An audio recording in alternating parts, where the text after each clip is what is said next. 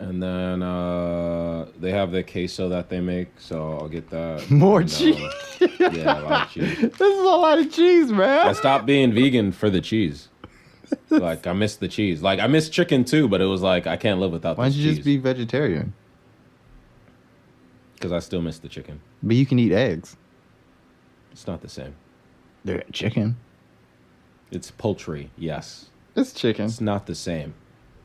Isn't that fucked up? Eggs aren't chicken, but like fetuses are people. I mean, that's a separate conversation that we shouldn't even have that conversation like that because that's too calloused. But yeah, it's definitely fucked up. I mean, I've said worse on the podcast about abortion. I've said that like fetuses are parasites, so like, you know. That's not bad. That's just factual information. Yeah, but most people don't like to hear it that way. Yeah, that's true. But the other thing you just said, like, that's a really controversial one. The eggs and fetuses are the same shit. Yeah, that one's really controversial. I mean, technically... I mean, not really. It's just like a fucking...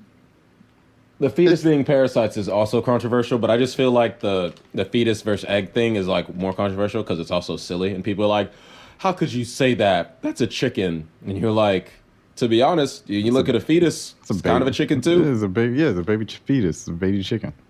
Just sitting there. It just happens to be outside of the chicken. No, not the fetus. Or you mean the egg? Yeah. I was like, bro, how could you say, like, where are we going with this? No, we were. I don't know. I don't know anymore. Look at yourself. Look at yourself. Look at your decisions. Make better choices. If you're just tuning in, that's all I'm gonna say. Yeah, that's all I'm gonna say. If you're just tuning in, I'm your host Logan, and this is the Milk and Toast podcast. I'm here with my best friend Mitch. Say hi to the people, Mitch. Hello. As always, if you like the show, you can share the show. Find us on Google Podcasts, Apple Podcasts. Why do I always say Google Podcasts first? I don't know. Spotify or wherever else you like to listen to podcasts and shows and music or whatever. Yeah. We're awesome. Yeah, we're pretty awesome. We're worldwide and we're awesome. We are worldwide. Sometimes I look at the analytics and there's like other people's in other countries like people listening. Even those who don't speak English as well will listen just because it's in English. Yeah. If you're lucky. Yeah, if you want to learn how to speak English, listen to the Milk and Toast podcast. Yep. It'll literally prepare you for how you have to deal with the rest of America, since English is like one of the most confusing languages in the world. Yeah, sure. Hey man, I said it. I'm not taking it back. Okay. How you doing today, Mitch? I'm all right. All right. Thanks, Mitch, on that weather report on how you're doing. Like that dude on, what was his name on Family Guy? He's like, and now here's Ollie with the weather report. It's going to be cold. Yeah. It's going to rain. And then it's like, thanks, Ollie. Thanks, Ollie. It was so funny. Ollie was the greatest weatherman. Yeah, really. He just got straight. Can't beat that. Listen, man. Sometimes I could, be extra about it. We could have some fun. Most of the time, I actually just like being straight to the point. Yeah. Let's get straight to this milk. All right? I hate the weather in New York. That shit is not accurate at all. Like, never. It's like, I don't even know. Is it because, like, the weather service up here doesn't have to be accurate? Because, like, who's going to die? You know, like, it's like, you know what I mean? Like, it's like, bro, I would like to know if it's going to rain or not. And they'd be like, maybe. Like, it's just they're not worried about, New York isn't, see, that is the thing. Because, like, Florida has to deal with hurricanes. But like New York, the most they have to deal with is blizzards. Yeah, New York. So they're not telling you whether it's raining. No, it's just they're not when going winter come. That's stupid. Like none of the cars here are fit to hydroplane, and they won't tell you when it's raining. What? How are you gonna say none of the cars, sense, bro? Do you know how many cars that is? You know how many cars are in New York, though? Like, well, New York City. Like none of the tires are rated for a hydroplane, and I get it. Like it's not raining like that down here, but when it does rain. Y'all just slipping and sliding everywhere. What the fuck? I hear like so many of my like work friends tell me about how they drive through the rain and how it scares them. You know what I mean? Like, and I'm like from Florida, so I'm like, nah, I'm gonna yeet through this water. Like, you know what I mean? All right. So I guess we jet skiing today. Yeah, I'm just like powering over. Yo, when they drift that shit. I'm hydroplaning. Shout out to Big Crip. Did that shit But in a few inches of snow in Texas or Georgia and the entire city loses its mind. right, exactly. It's just funny how people work, yo. Meanwhile, the solution should be, okay, we have a plan to adapt and react to any weather situation because obviously humans can get fucked up by weather. Yeah, even but if not you a just, single place. Even if you just had like a little book on a shelf somewhere that nobody Yeah, ever just like read. this is how you deal with this. But no, it's just like not in human nature. One place is like, oh, this is the worst of what we deal with. We don't have to worry about nothing else. Then you get hit with one bad rainstorm and you're like, oh my God, half of the people in this place are gonna die. And we have no idea how to deal with it. Like, and it's like, okay. and then they just like waiting for help for months. And then like it's just like a catastrophe. Just like, and it's like the worst human crisis in a decade. And it's just like, what do you mean? God. Well, I mean, you didn't even try to plan for this, but you know, that's the thing about like wasted human resources and potential. Because like you could be having someone like, all right, we need you to figure out proper ways to deal with the shit that we don't have to worry about as much, but it's important we still know how to deal with it. Right. Go do that. But no, like, well, that's bread we don't have. Yeah, I don't have that in the budget. Protecting human lives at all costs, you don't have that in the budget? Nope. Nah, sorry. Sorry. Yeah, all right. Most I can do is like maybe a tri-annual fucking, you know, weather test service or something. We could just have people come outside and pretend like they're doing something. Yeah, you guys got time for that? But that's not... Yeah, man. All right. Yeah. Tri-annual? Hey, man. Every 3 years is what I got. Take it or leave it. Take it or leave it, buddy. Listen, could you hurry this up? I got a bagel and a coffee waiting for me. Like... Basically. That's it. That's it. That's it. Well, hope we don't die. Meanwhile, half of New York gets flooded and everybody's like, what the fuck? Fuck is going on? Mind you, and when we talk about infrastructure, one of the things New York City specifically needs is a restructuring of the drainage. Everywhere. Yeah. In the city, literally almost everywhere.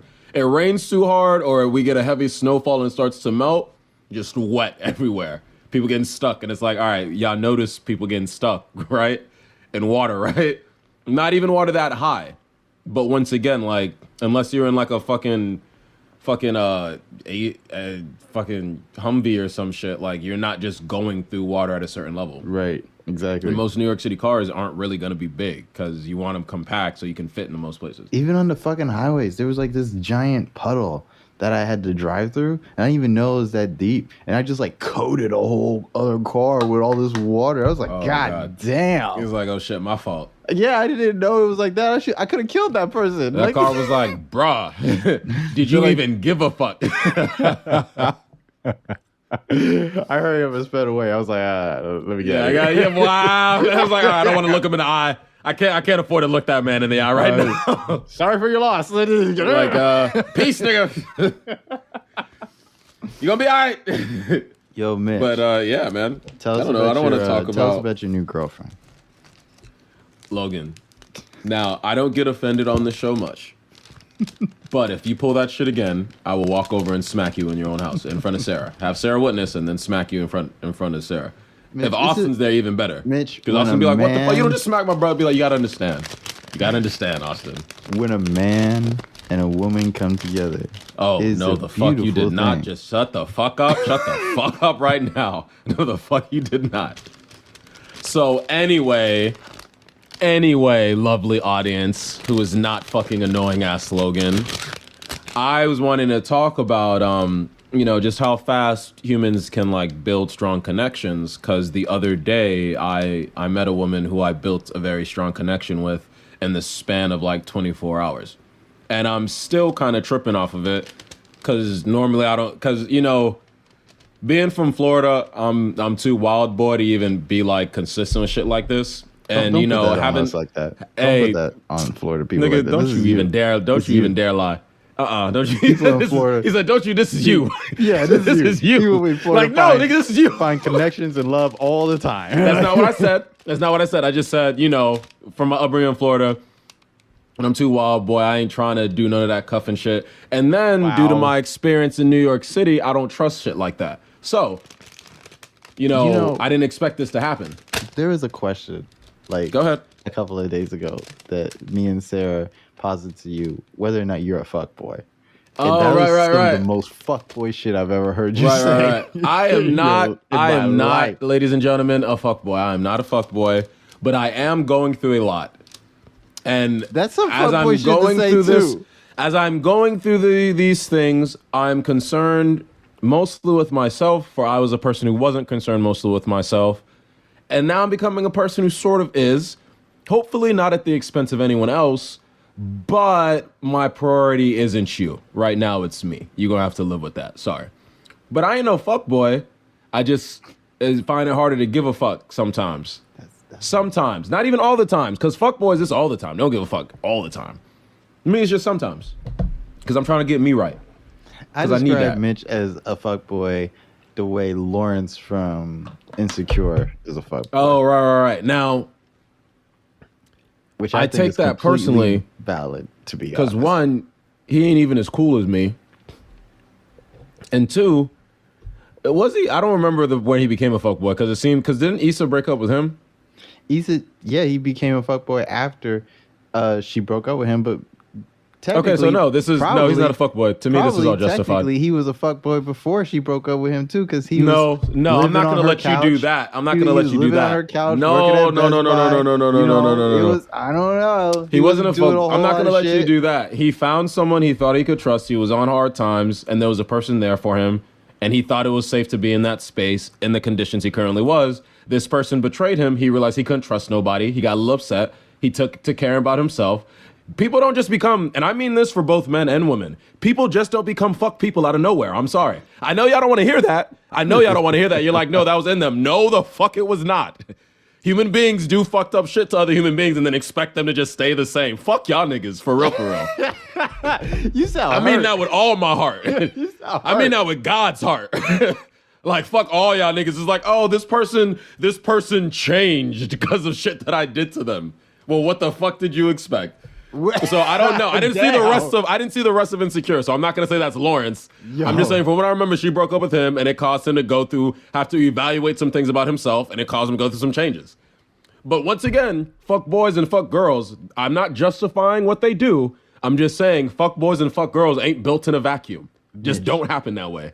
Mitch, who hurt you?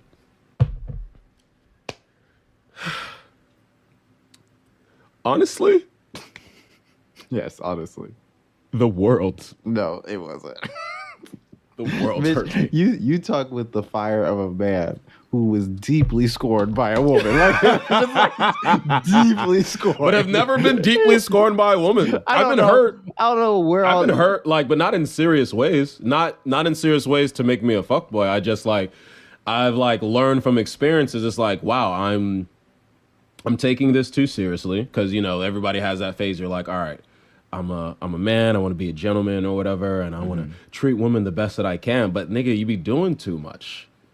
And it's not in fully, but there was a small part of me that was like, I was doing too much. I wanted, why aren't we talking more? And it's like the pressure's on, and it's like women are like, I don't like that. Well, some of the time, because every woman's different, of course. Every man is different, of course. But like, I'm feeling that, and I had to learn things the hard way. So this is what I'm saying. I wasn't hurt by nobody, but I've learned through my length of experience with those I've interacted with. There are women who hurt me a little bit and didn't feel good, but it wasn't no I hate them or nothing. I would never wish anything malicious against the women that I've had issues with. And there's one that I had serious issues with that I was ready to do malicious shit to. And then after thinking about it, I was still just like, nah, it's whatever. So I don't want to be near you, but I hope you good. Wow. I'm just not that type of person, though. That's deeply honest. No, for real. Like, I'm not, because one, I don't know if I've told you this, but in general, I do not believe in hatred.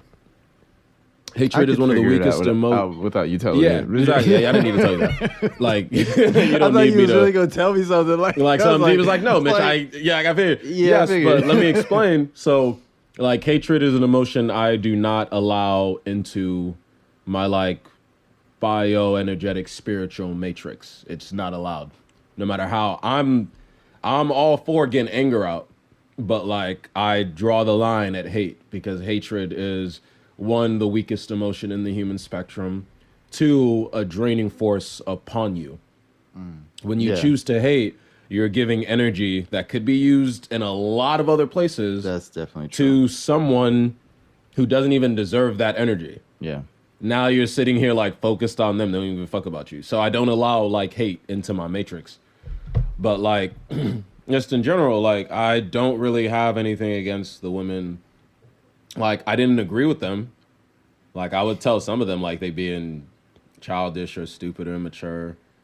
Be like, why are you acting like this? Like you're being confused. How were they acting? What were they doing?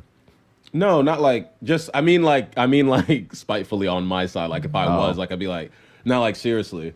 But I don't wish anything bad or harmful. I honestly just be wishing the best for people. Even those women. You're just saying drama, basically.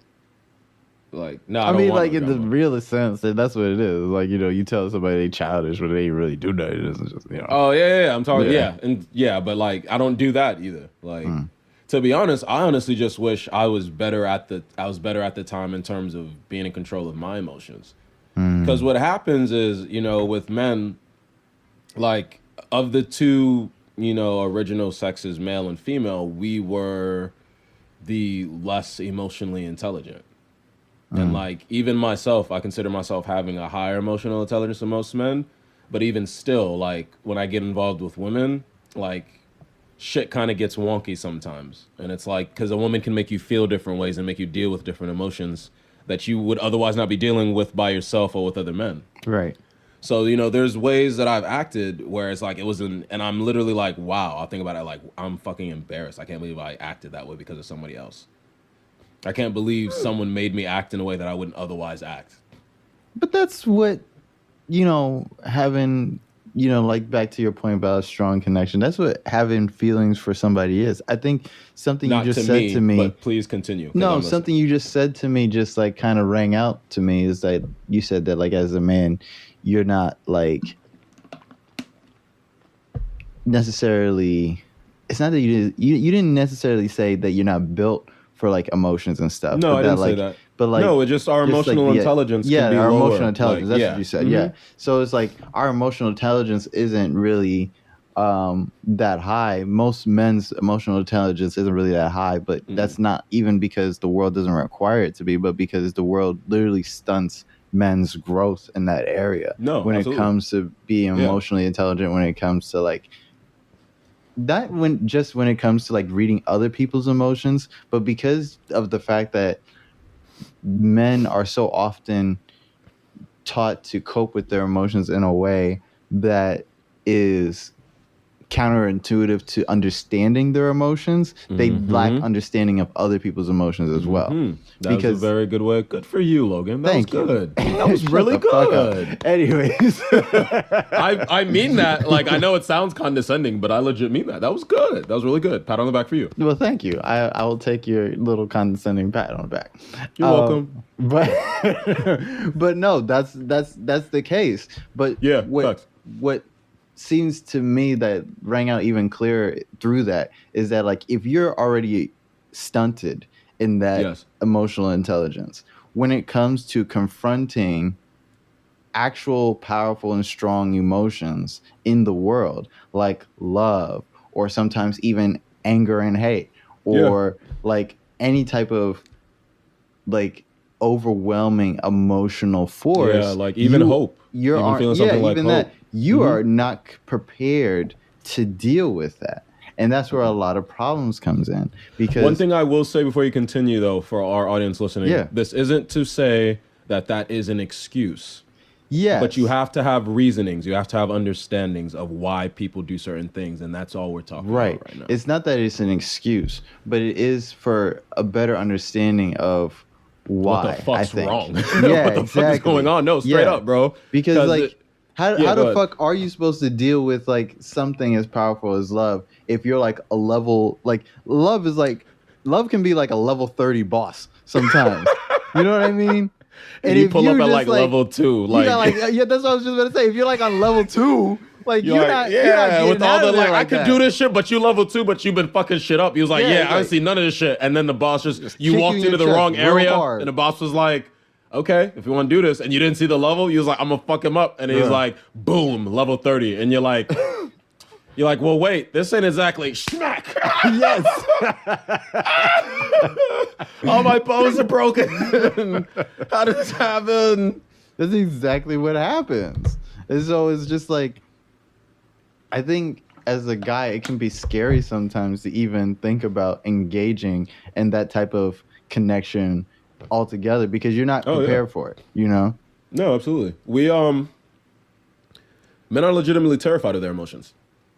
The reason reason it doesn't seem that way. The reason it doesn't seem that way is because of how we're raised to deal with shit. So it's like we have this tough exterior, no one's ever gonna know. Right. But like a lot of men legitimately terrified of their emotions. They don't even know how to deal. I mean, my cousin, I'm not gonna say his name, but like literally right now, that's what he's going through. He didn't know how to deal, he didn't care to deal, and now he's going through all this shit. And like I want to be there for him more, but like he has to go through that. It's almost like, and I say this to all men, like if you've had issues dealing with your emotions, I haven't had as much just because I was lucky in some capacities. And, you know, kudos to my parents. I had a father figure in my life that showed me, wow, how I had to be strong, but also be willing to understand myself on deeper levels. But like, nonetheless, like having to navigate your emotions from a place of not navigating them, to me, is almost like a punishment we all deserve. And like I say that with no malice, but it's like, yeah, you have that coming. I don't know if It's not your fault. I don't think I'd be that harsh about it. I am, but Because that's you just said because it's a I'm mad at punishment men. that you have coming. Like they did something It wrong. is.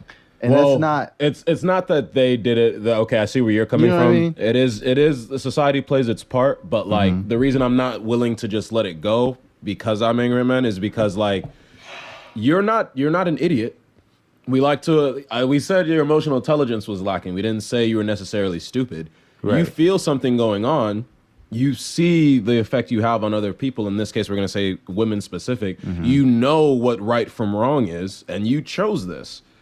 I'm not going to say it was easy because you didn't want to choose the side of being good with your emotions. It can be a scary path. I'm not saying it's an easy choice, but nonetheless, you chose this. There are a lot of extreme examples which I would not support or back up. Well, like if you were like you like- were like a crackhead baby. No, that's not what I mean. I mean, like, okay. when we talk about, like, when you talk about choices, there are a lot of things that men do horrifically that I'm not going to be like, oh, well, he had no choice or whatever. And I'm not trying to downplay any of that or, like, downplay any harm that men cause or anything because of that lack of emotional intelligence.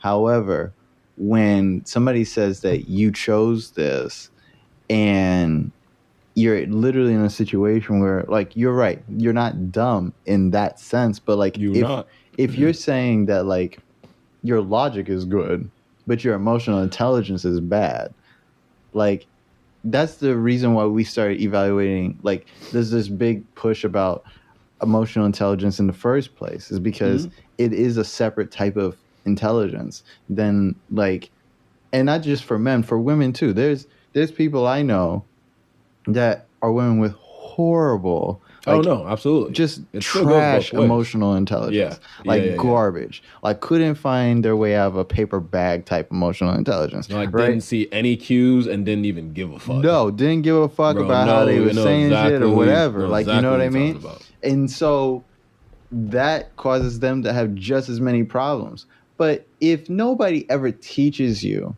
like, how to be, like, emotionally aware of not just your own emotions but other people's, not how to be, like, compassionate, how to be, like, looking out for, like, how you affect another person emotionally, you know, I have something to say here on that. it makes it very hard for me. I'm gonna give you the chance. It makes it very hard for me to say that, like, you deserve everything that's coming to you. Like, it's just like when the consequences of your actions bear out. You know what I mean? And I just think that we have to be able to, like, even to be emotionally intelligent about that situation, we need to show some type of compassion and care to the individual that's going through it. You know what I mean? Regardless, I would never say to lock that in the first place, even with my statement. But what I was gonna say is that, so The issue is you cannot per se be taught empathy. Empathy can't be put into you by someone else. It can be explained to you, but then it is the responsibility of the individual to build their empathy. No one can properly teach you empathy. They can only explain how it works, how it should work, why you should give a fuck. After that, which funny enough, in the society we live in, you're taught. Just no one does, which is one of my problems in a lot of ways between society and an individual, of course. But in speaking in like emotions and speaking on empathy, it's like you know the rule. I mean, well, I don't know for you. In kindergarten, as low as kindergarten, you are taught the golden rule, for at least where I was going to school. And the golden rule, very simple, which I think might have a biblical premise, but it doesn't matter because the rule makes sense. Yeah. Do unto others as you would like done unto you. That is a basic principle of empathy, because what it's teaching you is, listen, you should be able to feel for someone else, because all you have to do, that person isn't that much different than you. All you have to do is go, oh, wait, would I like this done to me? All right, so why am I doing that to someone else? Basic principle of empathy, all that's needed. The problem is, even though it's a basic principle, living that, walking that walk, talking that talk, people struggle with. Because people what I aren't mean? taught that. That's what I mean. Like I said, you can't be taught. This is what I'm saying. That's not you true. You cannot be taught that. That's not true. Because Logan, like I said, people can explain it to you, but you either walk the path of empathy and build that in for yourself, or you choose not to. So, because someone can force you to be nice to someone, Logan. But if you don't understand why they're like, yo, don't do this, if you refuse to see it, it doesn't even matter that they tried to set the example for you. Because I see where you're coming from. You're like, oh, you could be taught. Our society builds itself. That's why we have laws in the first, you know what I mean? But nonetheless, if you're sitting here and you have all these blocks, and I'm not talking about fault here right now. I'm just saying in terms of the basic premise, like if you're sitting here and you're refusing to see, you know, how your actions can affect someone else, even though someone's explaining to you how the rule works, that is no longer on them, because you have to give a fuck. I'm not empathetic because my parents like discipline me. I mean, it's good that they discipline me, but I didn't have to give a fuck.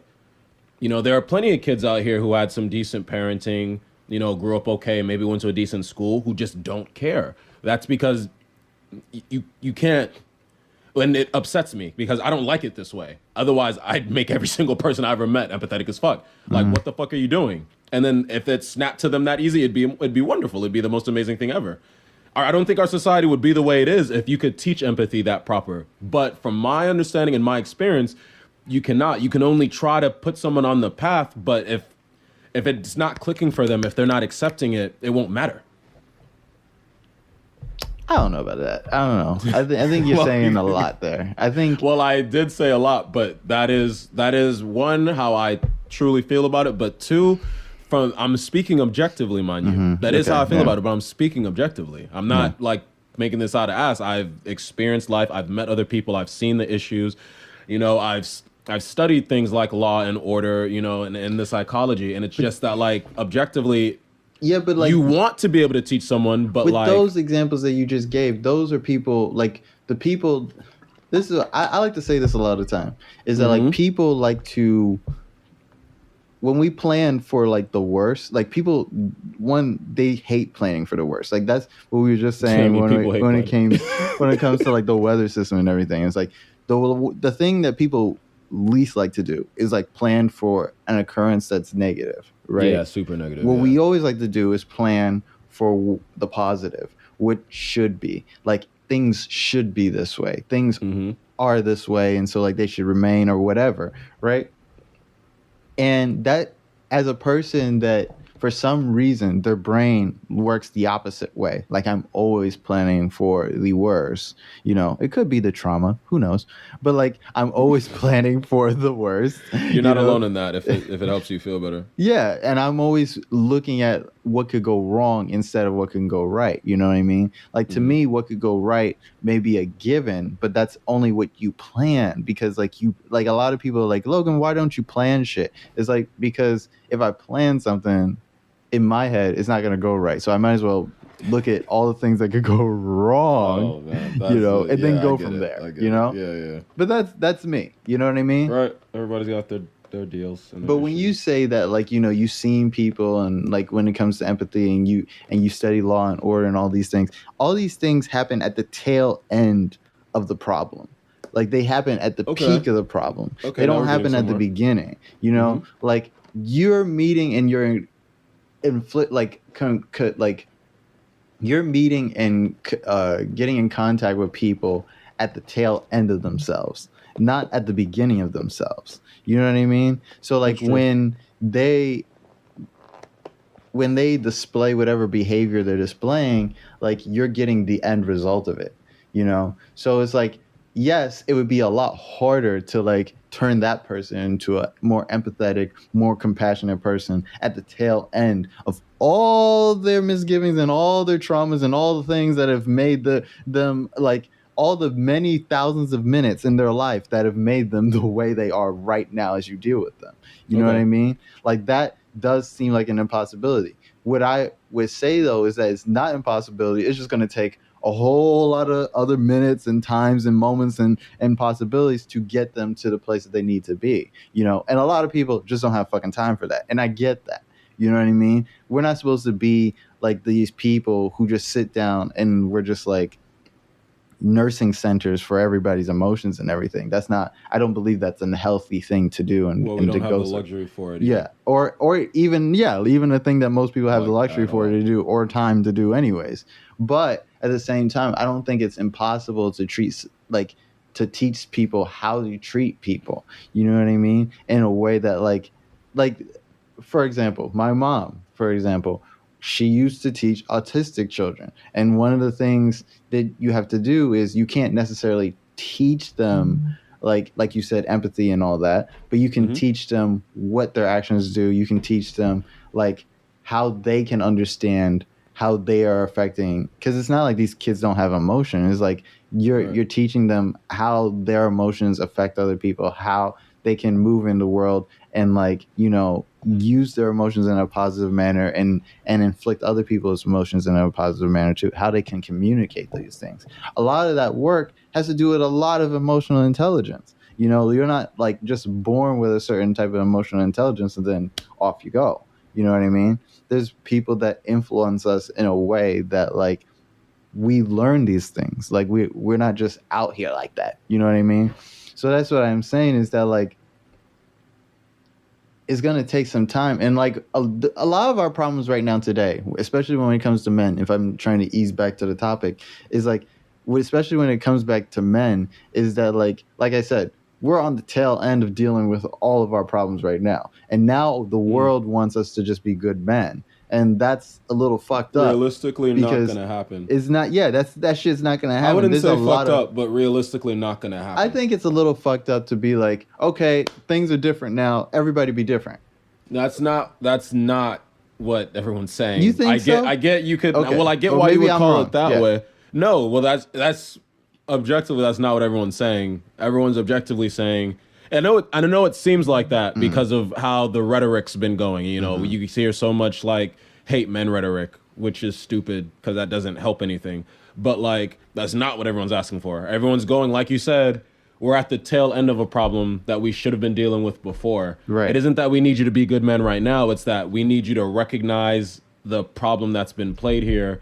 And it's the same thing we're asking white people. We're not asking y'all to all of a sudden be masters of understanding cultural dynamics. We're saying there's problems here that people who look like you before you have placed here for your benefit, and we need you to start doing something about it immediately. Not yesterday. I mean, not tomorrow, not yesterday, but like years ago. But we can't do nothing about years ago. We don't have that time. So you better be as fuck be doing something about it now. Right. It's the same premise. Like, it's not that you have to be a good man now.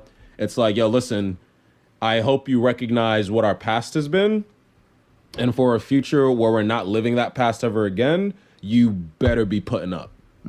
You better be putting up, yo. And that's how I feel about humanity, period. Like, have you seen our past? It's not exactly sure, there's good moments, of course, but I'm not the type of dude. I mean, I love a good moment here and there, but you don't have to worry about good moments. I don't have to complain about something that, you learn to build bridges and you're building those bridges. That's awesome. Why would I Right. be complaining about that? Right. I'm worried about the motherfucker who for some reason thinks we need to be burning the bridges down. You understand where I'm coming from with that? Why are you worried about me, Mitch? Why you worried about Hey, me? I'd like it if you could live a life. I'm not trying to lock you away or worse. Sometimes you need to burn a bridge so you can build a bridge. Mitch. Sometimes, and if we're talking about properly burning a bridge at the proper time, cool. If we're talking about burning the bridge that everyone's using for trade routes that help us survive. Nah, fuck that man. Like, it's just like... All right, y'all. Yo, take the shot. Listen, take the shot. I tried. Just take the shot. You're clear. You're clear. Authorized. Take the shot, goddammit. But yeah, so I can't agree with that statement because it does feel like that, and but that was technically like, I'm not gonna say stereotypical, but like a typical like male pushback when they can't deal. They're like, yo, this is too much pressure, and it's like, nah, calm down. It's actually not too much pressure. What everyone's asking of you is actually really, really, really, really understandable. No, I don't It's think just that some people are assholes. Let's be real. I don't think it's not understandable. I don't like the idea that like it's not going to take work. I think that's where I come from. It's not necessarily someone's putting it that way is just wrong. You know? Yeah, what I mean? no, it's not necessarily. I believe that like we're too woke. That's not what my problem is. My problem is that like a lot of our discourse and all of our prescriptions for how to fix the problem is just that like the problem should magically fix itself and like people should just be better and like this is and that. And it's like, no, this type of shit takes a lot of work. It takes a lot of time. It takes a lot of effort, you know, from not just like the people who are at fault, but like from everybody involved. And even I cringe a little bit in saying that, but it's true whether you cringe or not. Like it doesn't matter. Like we like to pretend everyone's like, yo, well, this is your issue. You did this. And it's like, I understand, but I also need you to understand that the only way I'm going to be able to do it well is if you show me some compassion and work with me. It's like, you know, let's say we have someone who was stealing cars for a living. Obviously, that's wrong. Maybe they put him away. He went to jail. Right. He's out of jail. He has to restructure his life. Has hopefully learned the lesson about why Grand Theft Auto isn't okay. You know, maybe play too much GTA. Whatevs. Blame the video games. Some of these oldies say. No, I'm kidding. But this man has to now restructure his life. I imagine it'd be easier for that person. And I said man, but you know, whatever, man, woman, like this person has to now restructure their life. It'd be a lot easier for them to do that and become an upstanding citizen again if everybody wasn't always throwing in their face how, you know, they were, you know, boosting and stealing cars. They're not that person anymore. And the question, what will determine that is, are they taking the steps? Are they, you know, working regular jobs, trying their best to, you know, do their part? Okay, cool. If they weren't, all right, we had to say something. But if they are, you got to unless of course you see reason to bring up the fact that they used to do that, there's no reason to be throwing that in their face. You're supposed to be helping them. Right. You know, that's the thing about our prison industrial complex, for instance. It's not supposed to be a prison industrial complex. It's supposed to be a rehabilitation complex. Right. We have failed those people. Right. Although, I mean, like 80 to 90% of the time, it's not, no one usually starts stealing out of nowhere. Usually murder is an issue between, you know, the people. But nonetheless, on some level, we as a society have failed those people. So when we have to put them in places where we're like, you can't be around nobody. The point of them being in those places isn't to rot and fucking, you know, become worse people. It's for us to try to figure out how we keep them from doing shit like that and make them, you know, functional, helpful members of our society. But realistically, no one really cares about rehabilitation. Realistically, especially for us as Americans, prison makes motherfuckers money. I think you make a good point about compassion because, like, I think when people hear that at first, even when I hear it at first, it's like... Everybody's like, why we got to be nice to the person who was mean to us? Yeah, I know. Exactly. I know. I don't think it's about that. I don't think it's about being nice. It's about the fact that we treat a problem with compassion because the problem needs it needs to be fixed. It needs to have healing involved. It doesn't just need to have more destruction. Like there was destruction already. Like there's nothing that's going to make this problem better by just causing more destroying, like like just more destruction, just more destroying. Like that's not gonna fix anything. You know the thing about the word compassion that triggers people is that they hear the word and they're like, oh my God, it's this like lovey-dovey, like positive force. In reality, it's actually more of a neutral term. Compassion is truly just understanding. I think have a little bit of understanding. Yeah, but I think what happens is that like a lot of the people that ask for compassion get absolution, not compassion. They get let off. They get a pass. You know what I mean? They don't get compassion. What they get is a get out of jail free card, and then it gets branded as compassion. And so when other people hear compassion, they don't hear like the part that rectifies the situation.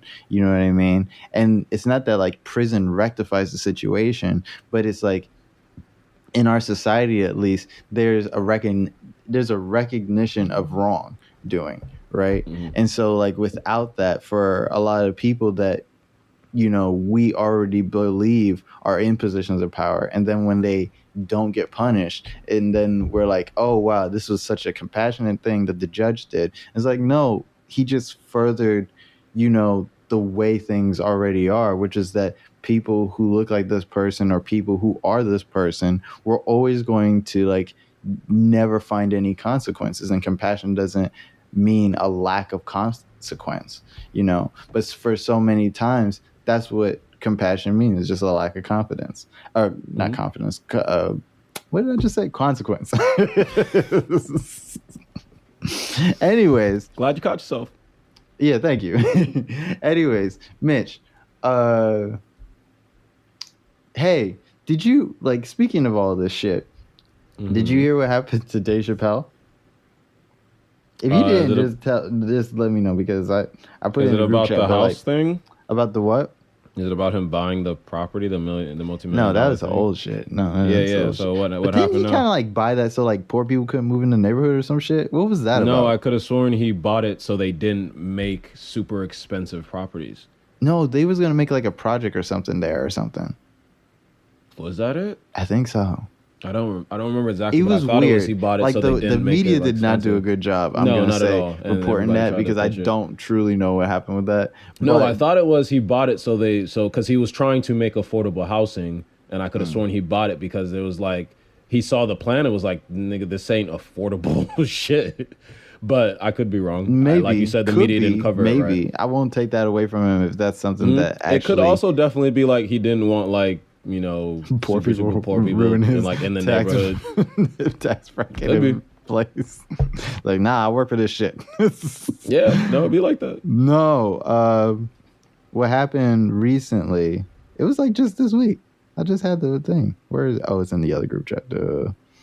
Anyways, no, Dave Chappelle. Like, there's this venue in Minneapolis, and he was gonna do one of his shows there, and then they basically moved the event from that venue because they activists had protested that venue, and they had got the show shut down basically. And so the venue actually apologized for even inviting Dave Chappelle there in the first place. Holy shit. Yeah, holy shit.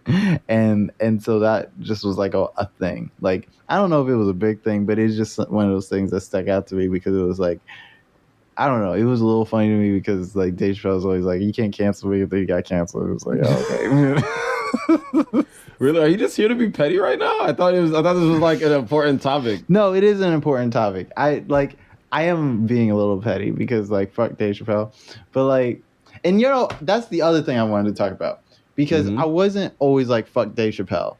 You know, I'm still not, but I understand where you're coming from. Can we dive into that a little bit? Okay. Why aren't you fuck Dave Chappelle? Like, why aren't you like that? I guess at this moment, for me, like, and how everything is happening, it hasn't been to a level where everyone should be up in arms. to me. I understand that people are upset, but we have conversations all the time where people sometimes get upset or get really upset.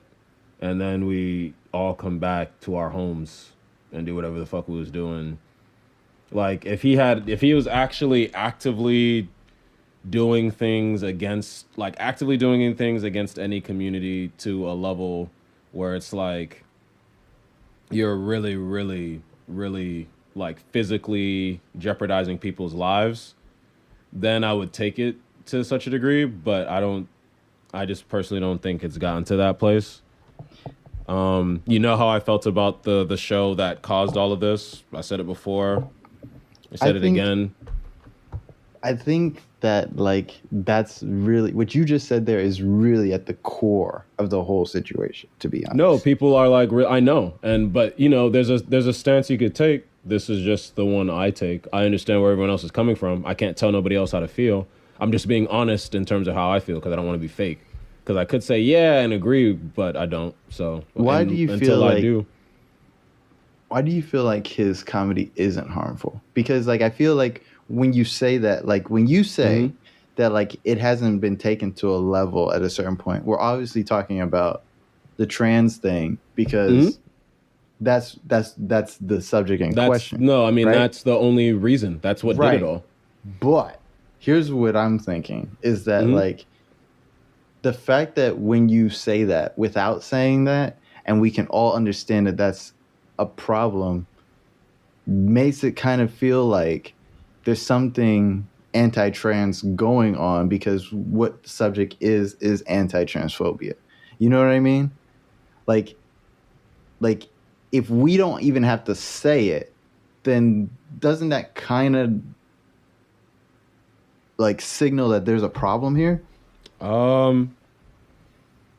Realistically speaking, I don't actually know, but even still, like in terms of because like and this is, I guess, not going to be taken well, but I still, and there are more people who think like this, so it's nice to not be alone, but I still think in terms of the comedy special, like it was just like comedy, and people got really up in arms about it. What do you mean by it was like just comedy?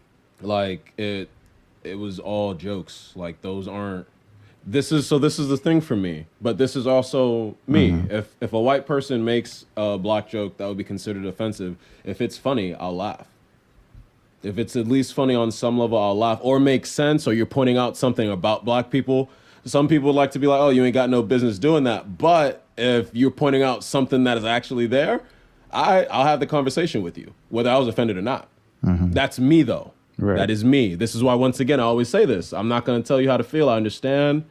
Like, I get it. I'm just being honest because at this point in my life, I ain't doing nothing else for nobody but be honest. And we can have the argument. We can have the dialogue. We can have the conversation. And remember what I said when we did. I was like, actually, this is pointing out how serious of a dialogue black community and trans community need to have. But, you know, we didn't get there. Everybody just got mad. And then nothing happened. So everyone just hates Dave Chappelle now. Which is cool. I mean, if that's your choice, I think that's a little unfair. It's not cool. It's not true. No. Well, I mean, just hates Dave Chappelle. Obviously, it's more complicated, of course. But the fact is, we didn't. Like you act like the man did shit. Like, you know what I mean? Like to me. Well, once again, Logan, to me, it was just jokes. Like, but I understand that's to me. That's to me. That's to me. Yeah. Can I push back a little bit? Isn't that easy? You're gonna push back anyway. Yeah, you're right. Isn't that? I don't know why I do that. That's such a that's a weird podcasty radio thing to say. Like, I don't know. Sometimes you gotta hit devil's advocate. Okay, but like, he's like, man, I don't. Why'd you make me that guy, bro? I'm not. You did. You are that guy. You did. Yeah, I didn't do shit. Nigga, I ain't do shit. But isn't that easy to say? That like is just jokes for you when it don't affect you. How does it not affect me? Well, I mean, like, nobody's going to beat you up in the street because you're trans. That's valid. But I wasn't talking in terms of, like, being trans. I meant in terms of the special. But it has to do with being trans. That's really is the subject though. No, but you like it doesn't affect me, and I was like, and actually in this particular case, due to the special, it actually does. How does it affect you? Not in the sense of like harm, in the sense of like I have to be involved. What do you mean? What do you mean by you have to be involved? You don't feel that way in terms of the special for me, what it taught me, and like I have to be involved with the trans community, which to me isn't a problem. Like I want, human rights, everybody be taken care of. But like the special really, really highlighted like, yo, our communities need to definitely be involved with each other and speak more on the issues they're having with each other. Because I say this once again, Dave brought up fair points that nobody wants to talk about. We only focus on though that like the trans community. I don't even know if I got to say this the last time we had this conversation, but like the trans community and the black community are not different communities. These are the same community. You know what I mean? Not. What did you say? No, they're not. Why you say that? Nope. I'm surprised you said it like that. To me, it's like a disservice to the trans community to go they're the same community. Just because there are black people in that community, that's an individual community to itself. Oh, is that, you mean the intersection? I mean the fact that there are black trans people and that the problems that usually come from being trans stem from harm mostly affecting black trans people. Like these are like but now this that's is what gonna, I mean. That's what I mean. Gonna be, okay, no, I'm glad you explained because I was to me you saying that was really offensive. I was like, why is that offensive? Even if I did mean it that way, why would that be offensive? Because that's like you not acknowledging any of the individuality and nuance to either or of the communities. Is to me, I think it's insensitive. Honestly, you think I'm just melding it all together? Yeah, in like which one I thing? think is very disrespectful. That's like saying like every single native indigenous tribe is exactly the same. No, that's not what I mean. That's not what you were saying, no, Logan. that's That's how not what it I sounded. mean. Is that I know this now? Like, I'm just saying that's how you sounded. I feel like the idea that there's a separate. I feel like this is what I feel like. Just the way you said that. Just the way that you said that. On the flip side, I feel that people tried to separate the communities to such a large degree that you wouldn't think that there were any black trans people. That's way better way of putting that. Yes, that's fine. But like the other way, I was like, don't say it like that, bro. Well, I'm trying to like Overton window. No, I get it. You know what I mean? Well, we call that, and we call that an intersection because there is a whole hell of a lot of intersection. Right. That we of course need to acknowledge and describe and talk about. And it's sometimes, and this isn't just black trans people, or between the communities. That happens like everywhere it could possibly happen. You get intersection and then issues arise from the intersection. But so it's not that there's a problem in talking about the intersection or noticing the similarities between the communities. The fact is they're two of the most oppressed communities ever. The black trans woman is the most oppressed being probably in the globe right now. Okay. Like, period. I mean, right. No, I'm not debating. I'm not saying you're debating. I'm like saying that, like, really for the show, like, I don't, like, I'm not even asking you. I'm just like, if anyone's listening, like, you find me the person that would be more oppressed or hated than the black trans woman. Right. You probably can't. But in terms of like, and funny enough, since we're talking about the special again, Claire would hate us. It's not the special. No, it's not the special. Okay, we want to talk about Well, it's like this literally just happened. Like this happened this week where he was just like they told him he can't come. No, they can't go, and it's like so I get it, and that's to each their own, and like people want to. My thing is, it's not like the venue cared about the trans community. That's my big thing. It's like it's so hard to find who actually cares or not because people got to get paid. Even for somebody cynical like me, I feel like that's overly cynical. Sorry, that's how it's not that. It's not that I'm saying I know the heart of the venue people. Of course not. Who's to say? I'm just saying like the fact is you acknowledge like the financial effect of the trans community, and you're like, yo, and not just them. Because, for the most part, people are in support, of course. So you're like, oh, shit, if we let him come here, like, is it a popular venue? They have a lot to lose, you know what I'm saying? So it's hard for me to be like, though, they're in full support. Regardless of that, though, back to what we were actually saying, in terms of the two communities and their issues. Because yes, we have the black trans woman, and then we have white trans people, and it's funny enough that I felt in terms of like what Dave was even speaking on wasn't even issues between. He didn't even actually touch on the nuance and the issues that the black community has with black trans people, which would have been far more important in terms of the black community. He was specifically talking about issues, well, not just trans, with white LGBTQ members, and which way you choose. Because don't get me wrong, I respect all sexual identities. Nonetheless, when a police officer pulls up on you, you know what I'm saying? How do you choose to present? Now, I'm not calling anybody out. I'm not calling anybody out. I'm just saying it's not like if for a white trans person or a black trans person. No. I'm not even just talking trans. Okay. Like imagine a white gay dude getting pulled over. Right. Now, how is the interaction going to be for a black woman in the same situation? You know what I mean? Just like minor differences between that. Right. I feel when he spoke in terms of the special, which isn't the most important, but I feel he was trying to point out shit like that, because it's like, listen, I get it.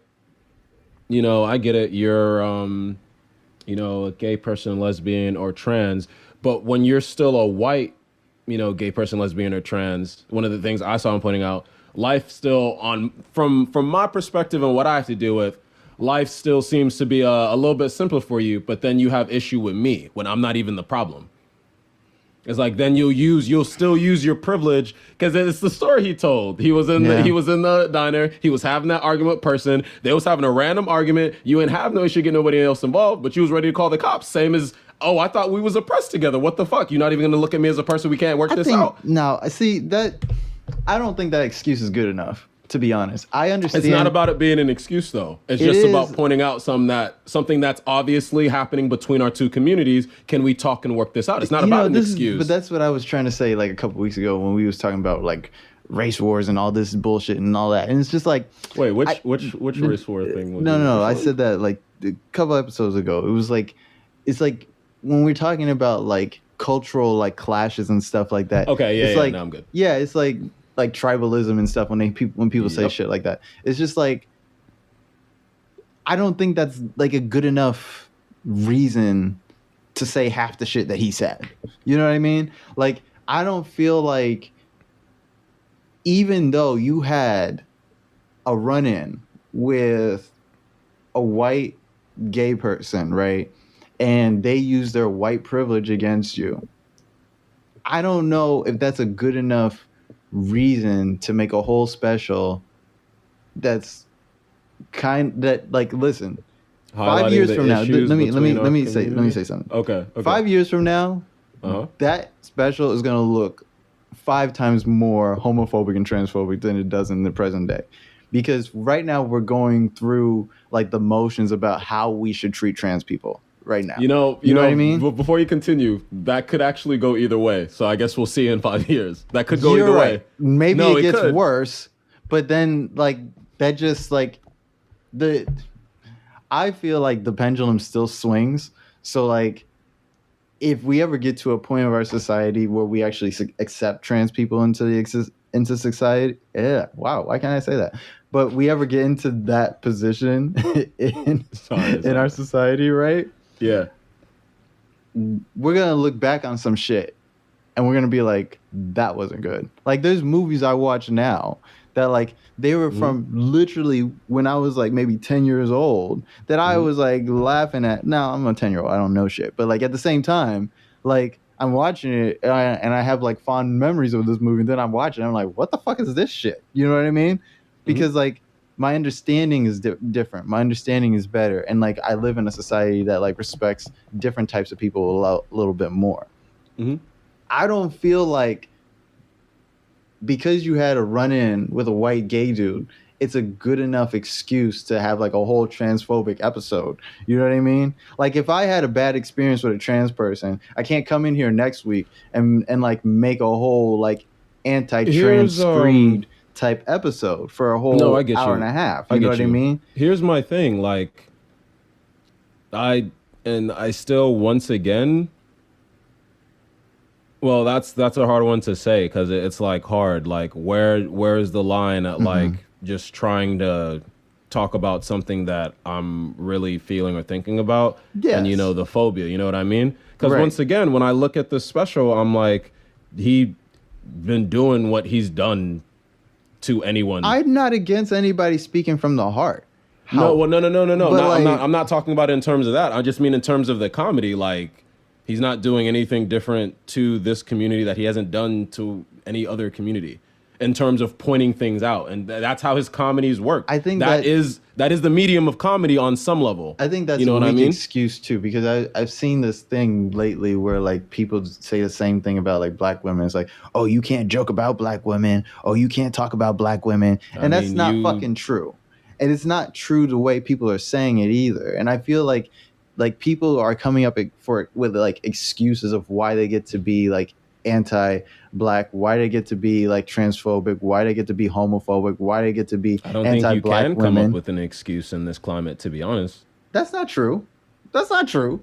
Everybody has their thing. Not without someone calling you out. I don't think you really get by. Everybody has their thing and their people, which they get to, and that's part of the. You mean in private or like? No, I mean public? in public. Like there's a lot of this. I Dave don't know Chappelle, if I wait, could. no, I don't wait. know if I A lot could of agree this with Dave Chappelle shit is going on because there's a lot of people that still back Dave Chappelle. A lot of people that are willing to go see his shows despite everything they know and everything they hear, and a lot of people agree with what he's saying. You know what I mean? And so, whether it's the least homophobic shit or the most transphobic shit or whatever, they agree. And there's a lot of people who are just fucking transphobic. You know what I mean? Well, like, there is a lot of people that are transphobic. where do or those people homophobic. lie on That's this? true. They like a lot of them like. Well, a lot they of people probably who, still hate him as well because he. No, what I'm saying is a lot of people who never liked Dave Chappelle before. It's just the same thing like when black people do this. You have a black person like Kanye West, and all of a sudden, all the people who hated Kanye West in the past because he was like a black rapper talking about black shit. Now, all of a sudden, when he likes Donald Trump, oh, well, that Kanye, he's a real swell guy. You know what I mean? Like, all of a sudden, when you start being anti-black and pro-Trump and all this bullshit, now all of a sudden you like him, right? Like, oh, he was and cool. there's a lot of people that jumped on the Dave Chappelle bandwagon because they heard that he don't fuck with trans people. You know what I mean? He never said he don't fuck with trans people. That's the perception. Whose perception? Kind of Dave's, like kind of Dave's, a little bit. Wait, Logan, Dave's. he's perceiving Like, himself. Yeah, like I mean, like he don't. Like I don't want to do this like this. This is the Milk and Toast podcast. This is the reason why I named this show this way. I'm not trying to mince fucking words for Dave fucking Chappelle. He doesn't fuck with trans people. Okay, he doesn't give a fuck. He at every turn and tittle, he has a chance to like talk down on trans people or make fun of trans people or like really just proverbially stomp on their face. He takes it. He doesn't care if it's the lowest or the highest form of comedy. He takes that shit. He doesn't like trans people. We've been through this for like a whole year now, and it's like come full circle because like the special came out last year around this time, and now you're getting like fucking banned from fucking clubs because you talk about trans people. It's not like he's fucking Muhammad Ali and he can't fight because he doesn't want to fight it like in Vietnam. Like this, he has like no fucking moral standing on this issue. Like it's like horrible. It's bad. I well, that's why I said whose perception, because I disagree. But that is the perception. I get it. It's easy to I think like going back to what I said, I think it's kind of easy for us to disagree with that when it's like it's not us. Like, I think Dave is taking the black shit a little too far where he's trying to use that to hide behind his own transphobia and his own homophobia. He can't use that's my thing. He is, though. But he can't use his black thing to hide behind it. What the point you just made means other communities, specifically racist, transphobic white ones, fuck with him. So it's actually him using them to hide behind the community. Because for the record... What does that mean? I mean, what are you saying? Not hide behind the community, but that's the community that's aligned to these shows. And for the record... and this is how I feel, I don't feel black people can ever hide behind their blackness. People always point us out, call us out on shit. That's not true. I'm sorry. That's not true. Name me actual examples, because I don't think the Dave Chappelle homophobia is a big one. Where we get called out for that all the time. We don't get to hide behind our blackness That's when not we're true. homophobic. Black people, just because people in are the not hood, capable just of being because black called out people for in the hood, homophobia by white people. That's not true. Black people are not capable of being called out about homophobia. When has a white person been able to successfully call out a black person due to their homophobia? That are we talking about in public celebrity status, or are we talking about like down to earth on the ground? I mean, down to earth on the ground, like where. So then I have no idea matters. what you're talking about. I can't walk into any other place and be homophobic and be excused for it because I'm black and oppressed. I have no idea what you're talking about. What are you talking about? What are you talking about? I've never seen it that way. I've seen it quite the opposite. Where I know this is crazy that I figured we'd at least be some. I don't think one. So let me speak personally first. Maybe and then we should just clear up what we're trying to say. Let me speak personally first, and then we can like start from there. Yeah. I don't ever think that I could walk into any place or be in any public venue, whether it's even if it's a full black community or not, which in the area we live in, it will not be. But I don't think I could ever go in any place, be outwardly homophobic or transphobic, and not be called out about it on some level where it won't affect me to a harmful way. Personally, I call bullshit. That's how I feel. I don't do that because I don't do that because I'm not homophobic, but I wouldn't do that. Black people literally like say homophobic shit literally all the time. And I feel like someone's always on like, their look ass. at this gay nigga right here, and then talk about all the shit that they want to say, and then nobody fucking says anything. Like that happens like all the time. So I don't know what you were talking about.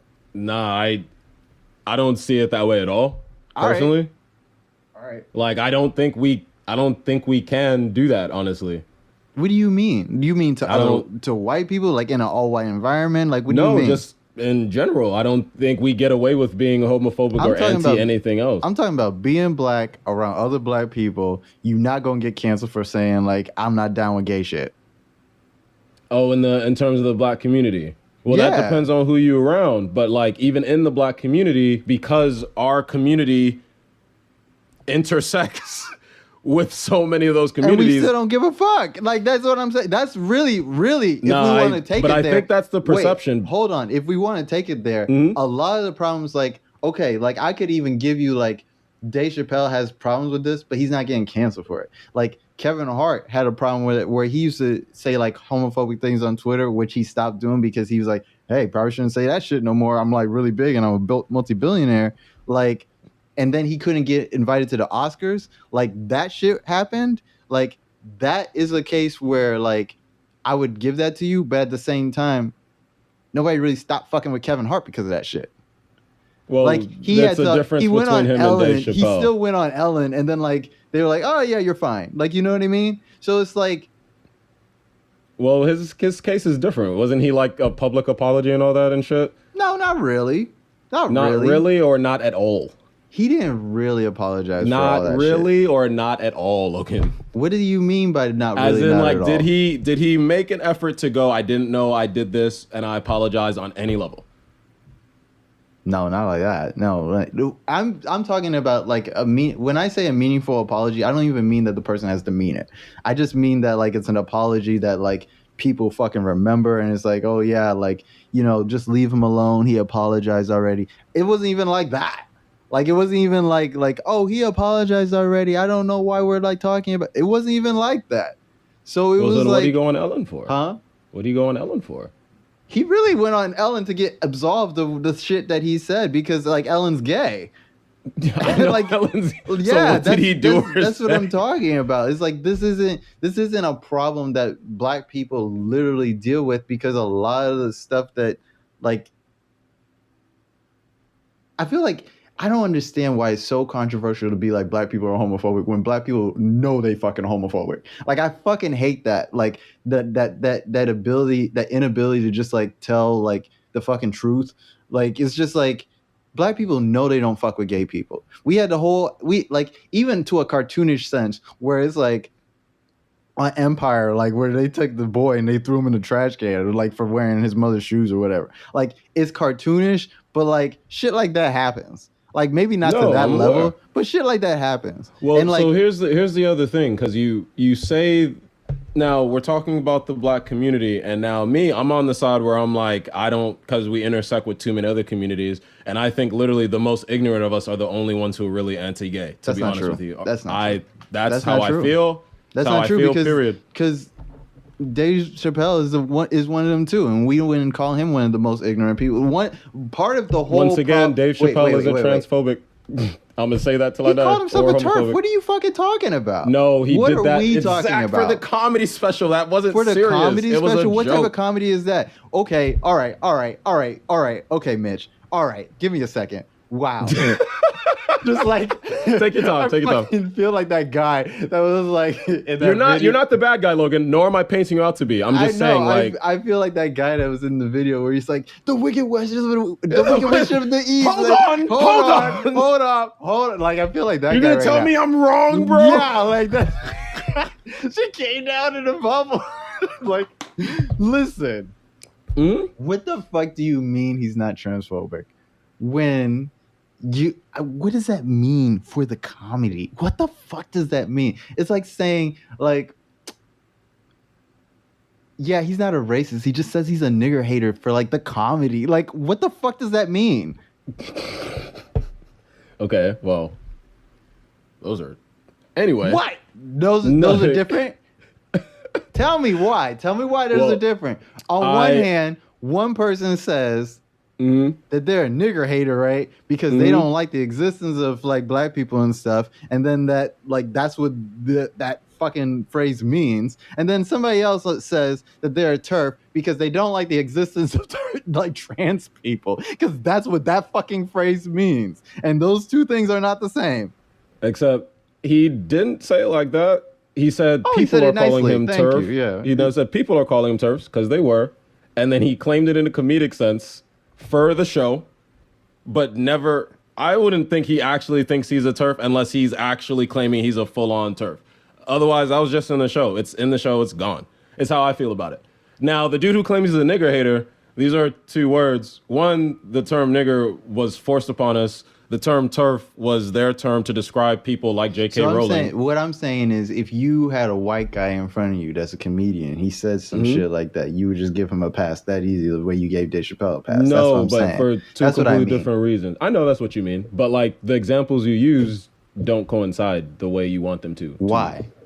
Because nigger is one word given to us in terms of malice, whereas TERF is an entirely different term that they gave to people who they thought wasn't fucking with them, which I understand. That's not true. Trans people didn't give TERFs that term. We created the term TERF? TERFs created that term. Anti-trans activists, women like J.K. Rowling created that TERF. Oh, then that term. Okay. Yeah. No, then this is what I mean. No, I didn't know. I thought that was them on to them, and I was like, fuck. You know what TERF means? It means trans exclusionary radical feminist. I'm aware. That's what somebody calls themselves. Which even makes it more of a joke. That's not a joke. No, in terms of him. Before he said that in the special, even if we're going back to this fucking special, like before he said that in the special, he said that he called himself a feminist.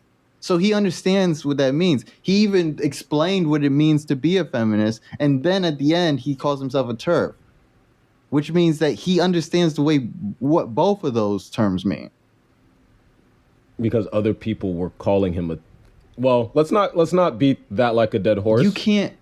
Oh, God. Let's not beat that like a dead horse. All right, you're right. For the comedy, he calls himself a TERF. And just so happens, for the comedy, has anti-trans jokes throughout the rest of the special. For the comedy. You get it? For the jokes. Go ahead, Logan. Keep going. Mm-hmm. Like, what the fuck are we talking about? That doesn't make any sense. The man don't like trans people. Like, I don't know why we can't just be honest about that. You don't like trans people. You don't fuck with them. You make jokes about trans people because you don't really fuck with them. You don't really respect them that much. You don't really think that much about them. And for whatever else reason you got in your heart. Like, I don't give a fuck. Like I don't see why we got to play the semantic game that like, oh yeah, he's real pro-trans. Like, it's not. He's fucking not. He doesn't like trans people. He likes to make the joke, and he's found out that he makes money by taking other people's money who also hate trans people. That's the other big thing. Like Netflix, I guess, would be the next place. I'm not talking about Netflix. I'm talking about people who actually pay the money to go fucking see him. That's what I'm saying. Like, people who do not have a problem with it. Like, Netflix would have a problem with Dave Chappelle if, like, the turf shit made Netflix lose money. But because there's a wide range of people that are like, I don't fuck with trans people either. Like, who are also willing to sit through an hour and a half of anti-trans jokes and then find that shit funny. Netflix is like, the shit stays on. Like, you know what I mean?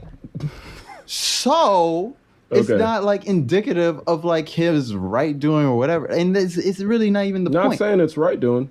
I wouldn't say that, of course. But that's what I'm saying. It's like, to not call it anything. You know why I brought this up, this situation up in the first place, is because not even to like rehash the whole. Well, technically, 5% of it was to like rehash like where our feelings have grown since the last time we've heard Dave Chappelle's name, right? Not to turn this into a Dave Chappelle episode. That's not the point of it. But a lot of it had to do with, because that time has passed, how we reevaluate that situation and what has led up to this situation here, where, as far as I'm concerned, this is the first time I'm hearing about it. And I think that's why it was a story in the first place, of this person not being allowed to do comedy in a certain place because of everything that has gone on in the past couple of months. Right. You know what I mean? And the idea that what we like, the way things have changed since then, where like now he has a following of a certain type of people that follow him literally because of this thing. And so when we talk about impact, and like before you had said something like you don't think the jokes are that bad and this and that, and what that made me want to talk about is the fact that I don't think Dave Chappelle is the worst comedian in the world in terms of like, he thinks that like I don't think that he's the worst transphobic comedian ever. Like, you know what I mean? Yeah. I think he's trying to make a running for it, but like I don't think he is. I hope not. He's doing like a year's worth of trans jokes for no reason. He doesn't have to. He's like fucking Dave Chappelle. That's the other. He's still talking about. He's still making trans jokes. I thought he was done at the special. He's been when the fucking when Dave Chappelle got tackled like 2 months ago on stage, and they all fucking made that man look like mashed potatoes after. But like, don't bring that up, bro. Don't bring that up. Just oh my god, bro was having a bad day at the office. No, bro was having a bad day. Yeah. But like, when that happened, right? The first joke Dave Chappelle says is, "It must have been a trans person." That's the first thing that came out of his mouth. Sorry. That's just funny. That's not funny. That's not funny. Yeah. That's not funny. And so it's like, because it's just like kind of funny. All of your shit now is just about fucking trans people now. Like, you just gonna be the anti-trans comedian, like, with no fucking irony now, you know? And so like, when we say like, oh, the jokes aren't that bad, it's like the people hear these jokes, and it's not just like they live in a vacuum. It's not like nobody would talk about Dave Chappelle if he was just like some comedian that did his little jokes in a little like cafe somewhere in New York, and like nobody ever heard of him ever again. You know what I mean? Like, we're talking about it because his microphone is big. You know, it's bigger than ours and bigger than most other people's. So like, when he says an anti-trans joke, it doesn't just reach trans people's ears and trans people are like clutching their pearls about it. Like, that's not the big deal. That's not even the worst of the big deal. You know what I mean? It rallies people together. Truth be told, it's not actually the effect that it's having on the trans community that is the most serious problem. It's actually the effect that it's having on those outside the community, whether they're against it or for it. And, you know, if they're for it, that's where the real problem lies in terms of harm to the trans community. That I understand. I get it. On that level, I get it. It's just that, like, to I don't know, because it's not in terms of, it's not like a freedom of speech thing. Like, I'm not even gonna talk about that. I'm speaking in terms of really just the comedy versus like real life points being made, because comedy isn't just a medium to go ha ha ha laugh. Comedy is also the medium to, like, point out shit that we would otherwise not say ever. One thing, and so you brought up the nigger hater. So I have, this is bad on me. And here's the funny thing, because someone would shame me for this, even though I guess they wouldn't have the right to. Because I remember going to a stand-up poetry slam, and some white kid from Russia, and his poetry was like, I can't stand the cops. And he called the cops. He's like, I think the cops are bitch-ass niggas. And he actually said niggas. He actually said niggas. Before I could think about it in terms of the political correctness, I laughed, because I was like, nigga. I laughed, genuinely. I genuinely laughed. But now that would be shameful of me in terms of the black community for laughing at it for that, just because I saw it in terms of the comedy, right? I don't know. You don't have to answer for yourself. I don't know how you want to live your life, for yourself. Mitch. But look, what I'm saying is that, like, hey, you didn't even answer. Wait, hold on. Let me finish my point then before. Deal with you and all that. Let me finish my damn, all right, fine. Anyway, let me finish my point. Yeah. In terms of the comedic sense, before I went PC in my brain, right, I laughed just because I was like, wow, a white dude calling the pigs bitch ass niggas. I don't know how to unpack that right now. Like, no, I know you think on that. What I'm saying is just. But wait, like, let me get to the point that I'm actually trying to make. Yeah. So there is this, like, weird line between comedy and, like, political correctness. And so for me, I'm just speaking personally. I'm not speaking for the communities, because all the points you're making, Logan, I understand and I get it. But for me personally, it could just be that I'm that person who's, like, at that line, who's willing to, like, all right, let me hear what you have to say. Because even with him, I didn't go to anger first. It was just. And there was, like, this fine shorty next to me who was like, and I laughed, and, like, she was feeling me at the time, but I laughed, like, still feeling, but was like, bro, what's wrong with you? And I was like, right. I think they bitch ass niggas too. But I was like, shit, but no, that's not a. And so because we all do get like that. Certain words trigger us certain things. And it's like, comedy, though, is that one place where we're supposed to be able to find a way to make something funny while pointing shit out. It doesn't always work, obviously, and of course, I'm just saying, like, we're at this point because you're like Dave's super anti-trans, and I'm like, I don't think he was just doing more than just saying bullshit for controversy, to be honest. Because like you said, like he can make some dollars off of this, which is all. You don't think that's fucked up? Making money off other people's oppression, making money off controversy.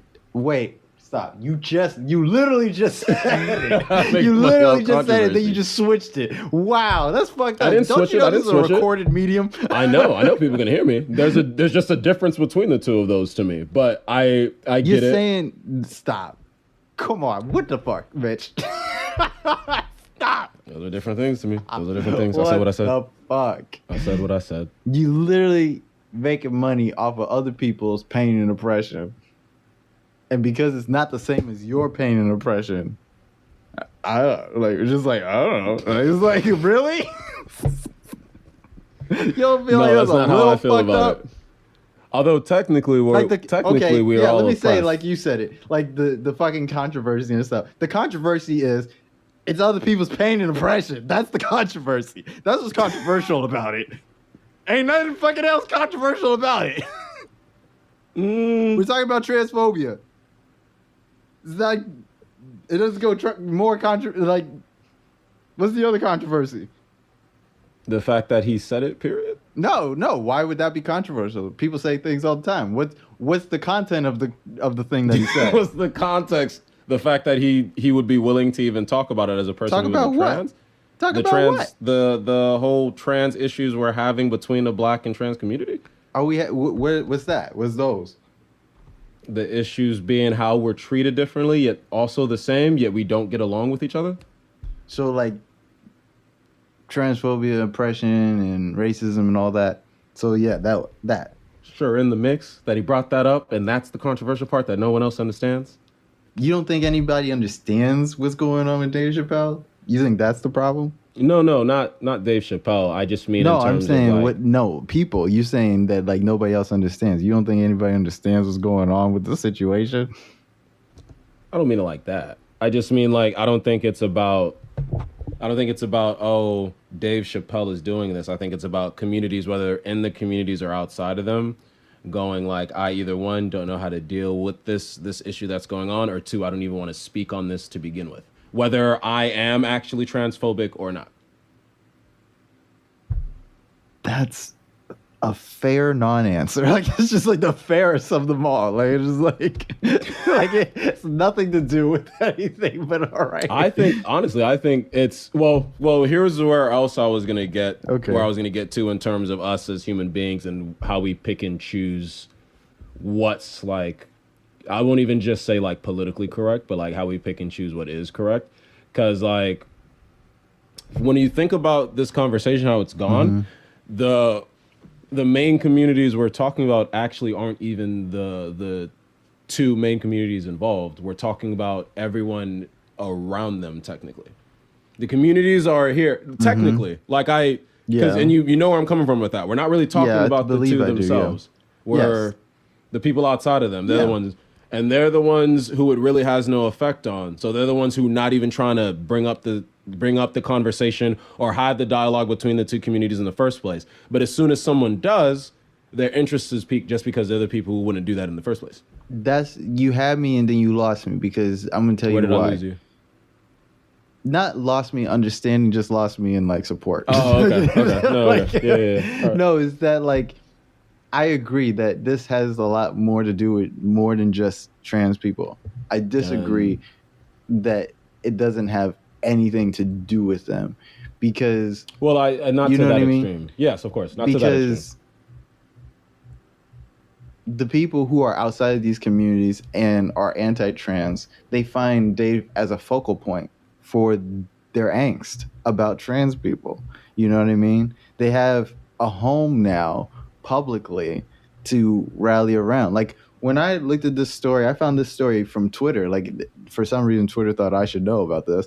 And then like when I found this story, like I tried to figure out what the fuck happened. So the first thing I saw was like the press release from the theater, but like everything else under that was just a bunch of Republicans. It was all like, it was crazy how the amount of white people accounts, Republicans, and then also black people who were just like, who are just black Republicans homophobic. Are things, Logan. Not just, no, it wasn't even just black Republicans. It was just people who were just fucking homophobic. Like, let me just say it like that. Just people being homophobic, period. Like, you know, those type of accounts. And like saying that like all types of reasons why it doesn't, like all the freedom of speechers that you usually see at Trump rallies, they were like there. Yeah. There was a lot of accounts like that in support of Dave Chappelle. Okay. Well, so my point in saying that is not that even necessarily that Dave Chappelle is a Trump lover and anything like that, but it's just that like when people support oppression, right? Because that oppression benefits them in some way, shape, or form, right? It doesn't really matter how that oppression is presented. It doesn't really matter who's saying it. They're willing to use that person as their own speakerphone or microphone for that. You know what I mean? Like that represents so much more. Now, the Dave Chappelle thing might not mean shit to you, Mitch, but for a lot of people, it means a lot more. It means a lot to me. Well, I'm saying that like in like when you say like it's just jokes, for a lot of people, it means a lot more than just jokes. No, I understand that. Not even just to trans people. Like obviously there are trans people who are upset about the things that Dave Chappelle said, but there's trans people that don't give a fuck as well. But like just on the other side, there are people who care about Dave Chappelle, what Dave Chappelle said because it feeds into the anti-trans shit they were trying to say in the first place. Although a lot of the I'm sorry. A lot of the problem that I was trying to get to is that like when I said earlier that like I don't think he said like the worst transphobic jokes in the world. Like he says like, but that's not the point. Logan, wait, give me a second. He says pretty common transphobic type jokes, right? Like that was the other thing. It doesn't have any fucking nuance. But like he says pretty common transphobic type jokes, which makes them kind of really low and mellow. And it's not really like, oh well, it's not like a Klan rally or anything. But it's like that's the problem. It normalizes because it's normal. Like he says shit that isn't hyper incendiary, but it does normalize a lot of the bullshit.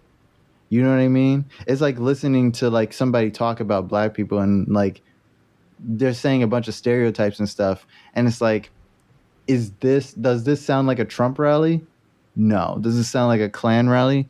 No. But it's not good.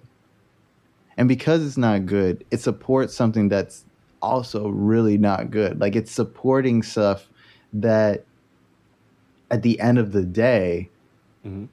it makes it okay for people to get to that next step where they do hurt people. You know what I mean? Or they just stand by and don't do shit while people are hurting people. Because who cares about those people?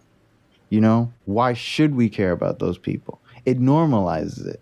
Funny enough, funny enough, I actually think in terms, not like full opposite, but I think in terms of like him being a focal point for those people, mm-hmm. which isn't good, obviously, mm-hmm. but like it does give, us opportunities to find those people who would otherwise have just been quiet, doing underhanded things in secret, who are now like brazen. Like it does give us the opportunity to go, oh, they all here? Oh, that's where they all been? I've heard that before. Okay. Not for Dave Chappelle, but for like no, and it's not an excuse for anything. It's just, like, and I'm not disagreeing with what you said. I'm just saying, like, if this is the case and that's happening, these people are coming to light, we shouldn't actually be upset about them coming to light. We should be finding solutions to deal with those people who we now know are a problem. Is how I feel about that. Before the Trump era really kicked off, right? Oh, God. Like right before, it was like maybe 2 years before, there was like people like Ben Shapiro and Milo Yiannopoulos and like, Richard Spencer. That was the big one. I forget who that dude is. The Nazi. Oh. And yeah. It was like all these people came out, like one after the other, after the other, after the other, before mm-hmm. we got to Trump, right? In a very short amount of time, that got us that like, what we would say, what I would hear was like, Milo Yiannopoulos was like this gay right wing. Almost like... Wait, I'm sorry, gay? Yeah, he was gay and right-wing. Openly gay and right-wing and conservative. Definitely. Yes, he even wore pearls and everything. Like, he was, like, out there, right? And openly, like, white nationalisty type person, right? And this person was, like, out and about, like, saying vile shit. And then one day they go on fucking Bill Maher or whatever, right? And there was a whole uproar about, he's platforming Milo and, this is horrible and everything. And Milo's star rose very fast and burned out very fast as well because he's a piece of shit, one, but he also, I think he just like, under the pressure of his own fame, just collapsed. I think that's really what happened to him, right? Like some people just can't deal. You know what I mean? So like when they get to the parts of their fame that actually challenge them, they fail, And that happens. And Bill Maher took like credit for that because he was like, yeah, because like if I never had him on, all the people that said that I should have never had him on, like nobody would ever know about him, and then like we wouldn't know that we had to fight him. But really, in reality, when Bill Maher had him on the show, he never challenged any Milo's ideas. He really patted him on the back for just coming on the show at all, and like he really didn't say anything. Like they didn't argue or anything about anything substantial or real or anything. Like the man came on the show, he said his vile shit, and then he left. You know what I mean? And that's what people were mad about at the time. because like he was just pushing ideas out there that don't do anything but harm people, right? Later on, you have people like Richard Spencer, and then eventually like Donald Trump, who just like they like fucking like they paved the way for for like the way people were going to treat other people, is what I'm saying. You know what I mean? And the shit starts really, really small at first, and then it starts with people being like up in arms about like people who like are like these types of people who are making controversies and things like that. And then it doesn't seem like it's such a big deal until we get to the end. Like I said before, till we get to the end of the problem, and then Donald Trump is the end result of the problem. He's not the beginning result of the problem. He's not where we start. He's where we end. You know what I mean? And then we're dealing with that, and then nobody can deal with that because nobody's prepared for that, because all the while when we were supposed to be preparing for it, everybody who was strong enough to fight the problem said that the problem was not a problem. You know what I mean? That's a weird thing. This is a really rationalized fear of yours. I don't mean that I don't mean that as an insult, by the way. No, not even. No, it's not even a fear of mine. It's just a fucking observation. Logan, well. Okay, if you're saying it's an observation, okay. No, because it's fucking over now. Like it's just fucking history at this point. Like you told the story, and you're making the point of because that's how shit like that happens, which I get exactly.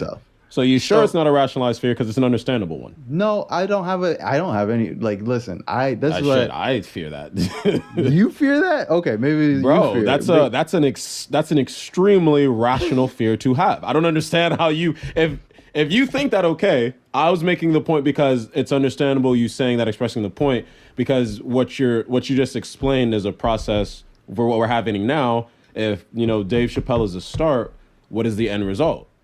That's an understandable fear to me. It's happening. I watch it happen because, like, even in certain pieces of media, I watch just the fucking right after we had the Dave Chappelle special and the whole Netflix thing, right? Mm-hmm. There's like these things that in history that happen where like we have like political and ideological type debates and stuff like in our public sphere, right? Mm-hmm.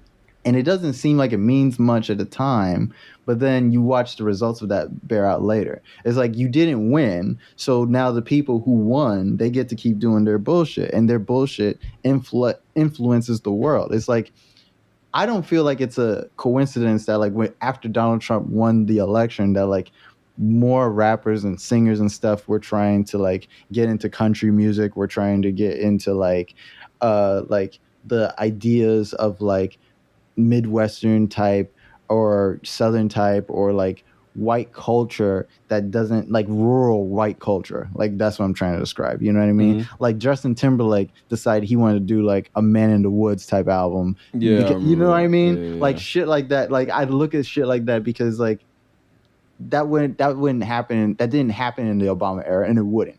You know what I mean? That was the time of hip hop, R&B. Like it was the time of black shit because we had a black president. So we have shows like Black-ish. Like we don't have like all this. We had like a whole black renaissance happen when Obama was in office.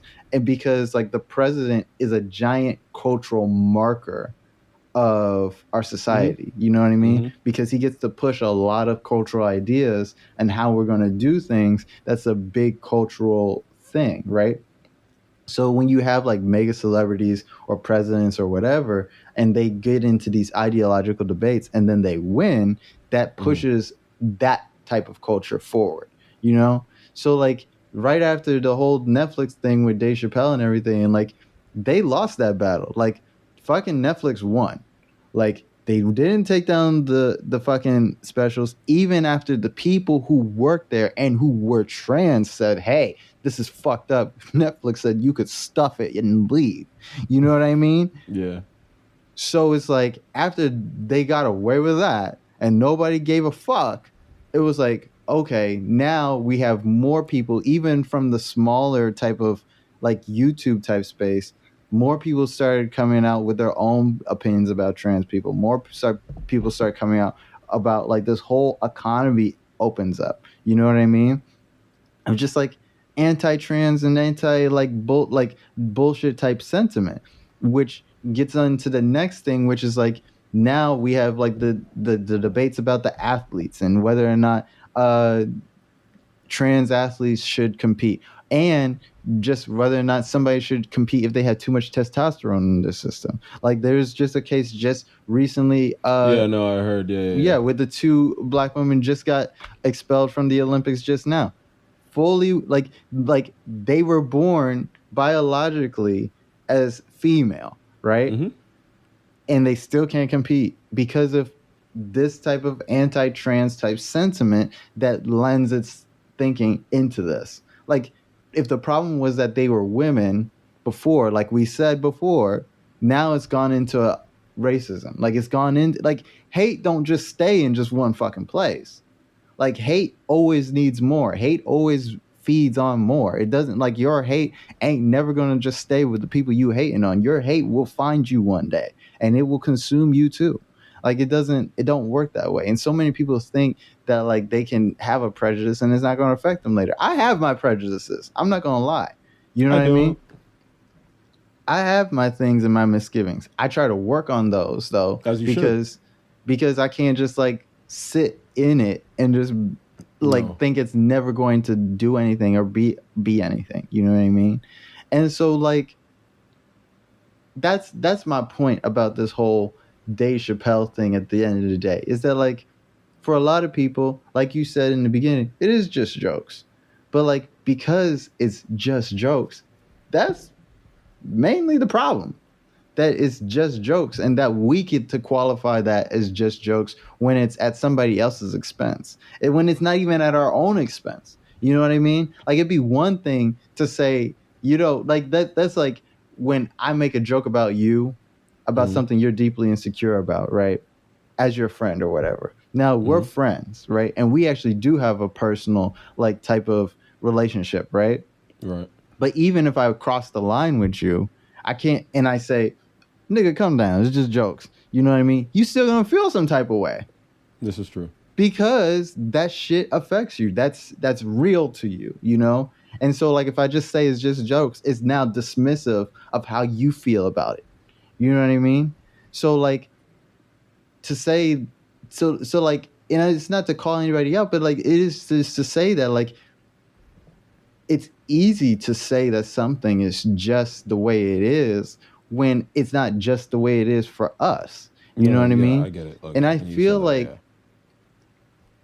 and I have been talking a lot about black homophobia, but I feel like a lot of the thing that we don't talk about is like the catharsis that you do have somebody that is kind of under you. You know what I mean? Is that like black people live in a country that oppresses them, but like black people can be oppressive themselves to other groups themselves, just not in the way that like white people necessarily are. But like if you're at a black owned thing and like it's all black people and then like maybe you're gay, you do get the side eye. Maybe you still get the job, but you still get the side eye. Like that's something that happens. You know what I mean? In all black environments, how many times are you going to hear pause as a gay person? You know what I mean? Yo, very, very, very, very true.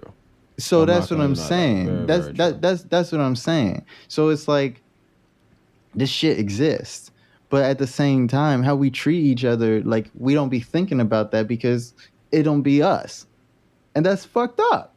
That's just fucked up.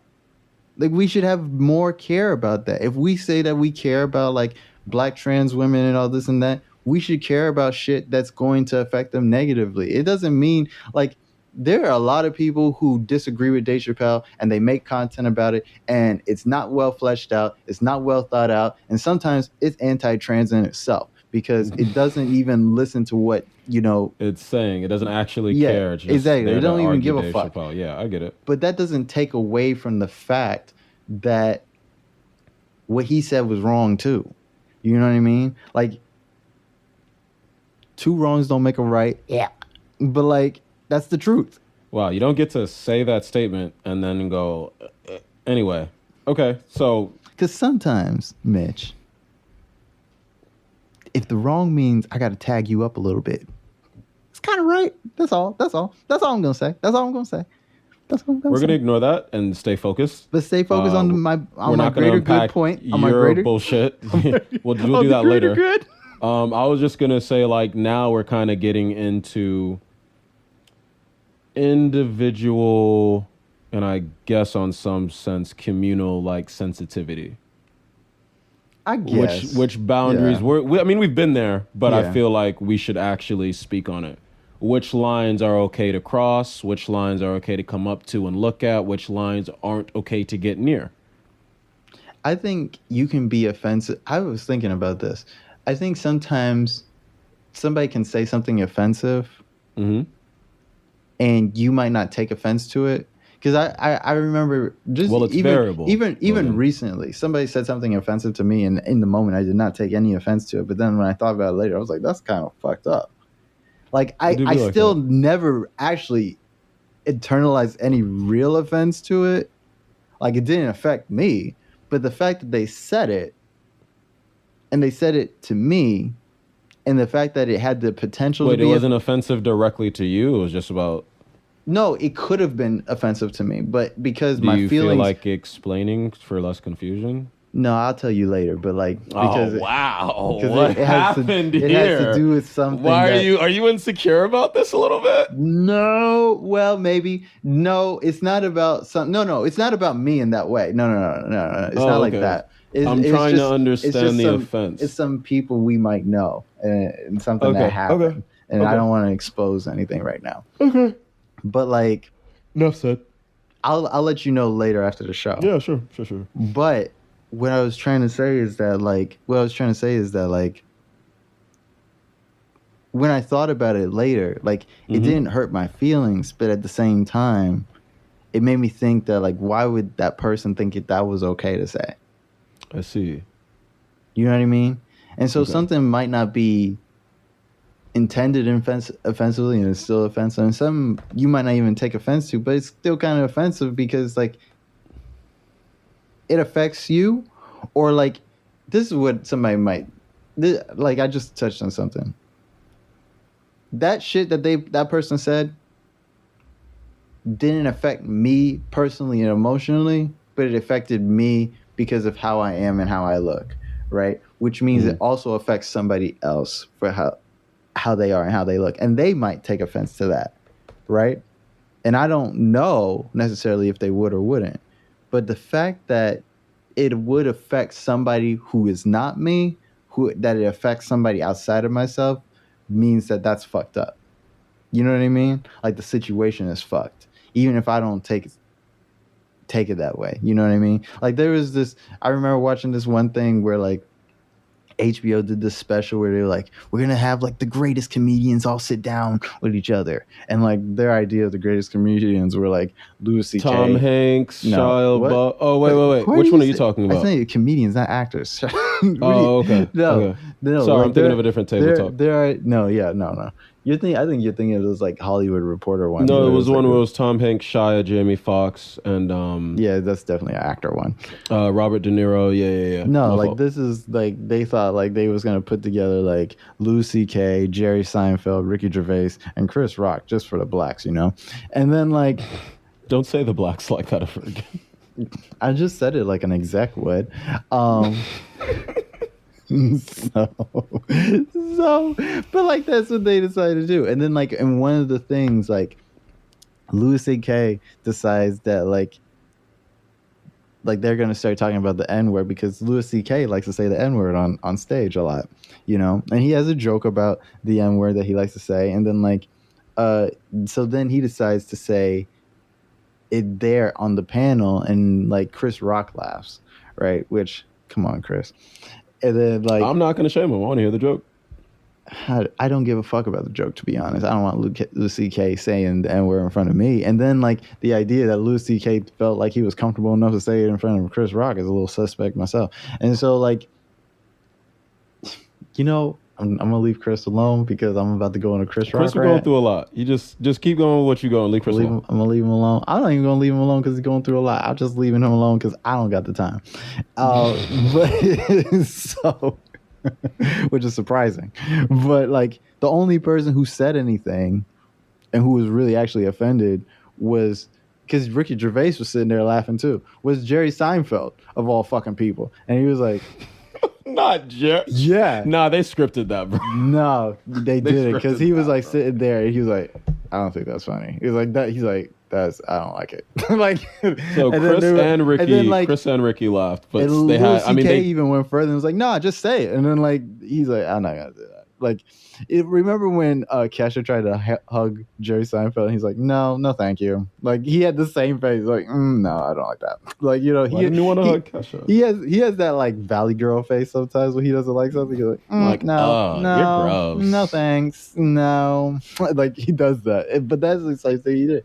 And I was like, that's kind of fucked up that he's the only one that's offended by this shit.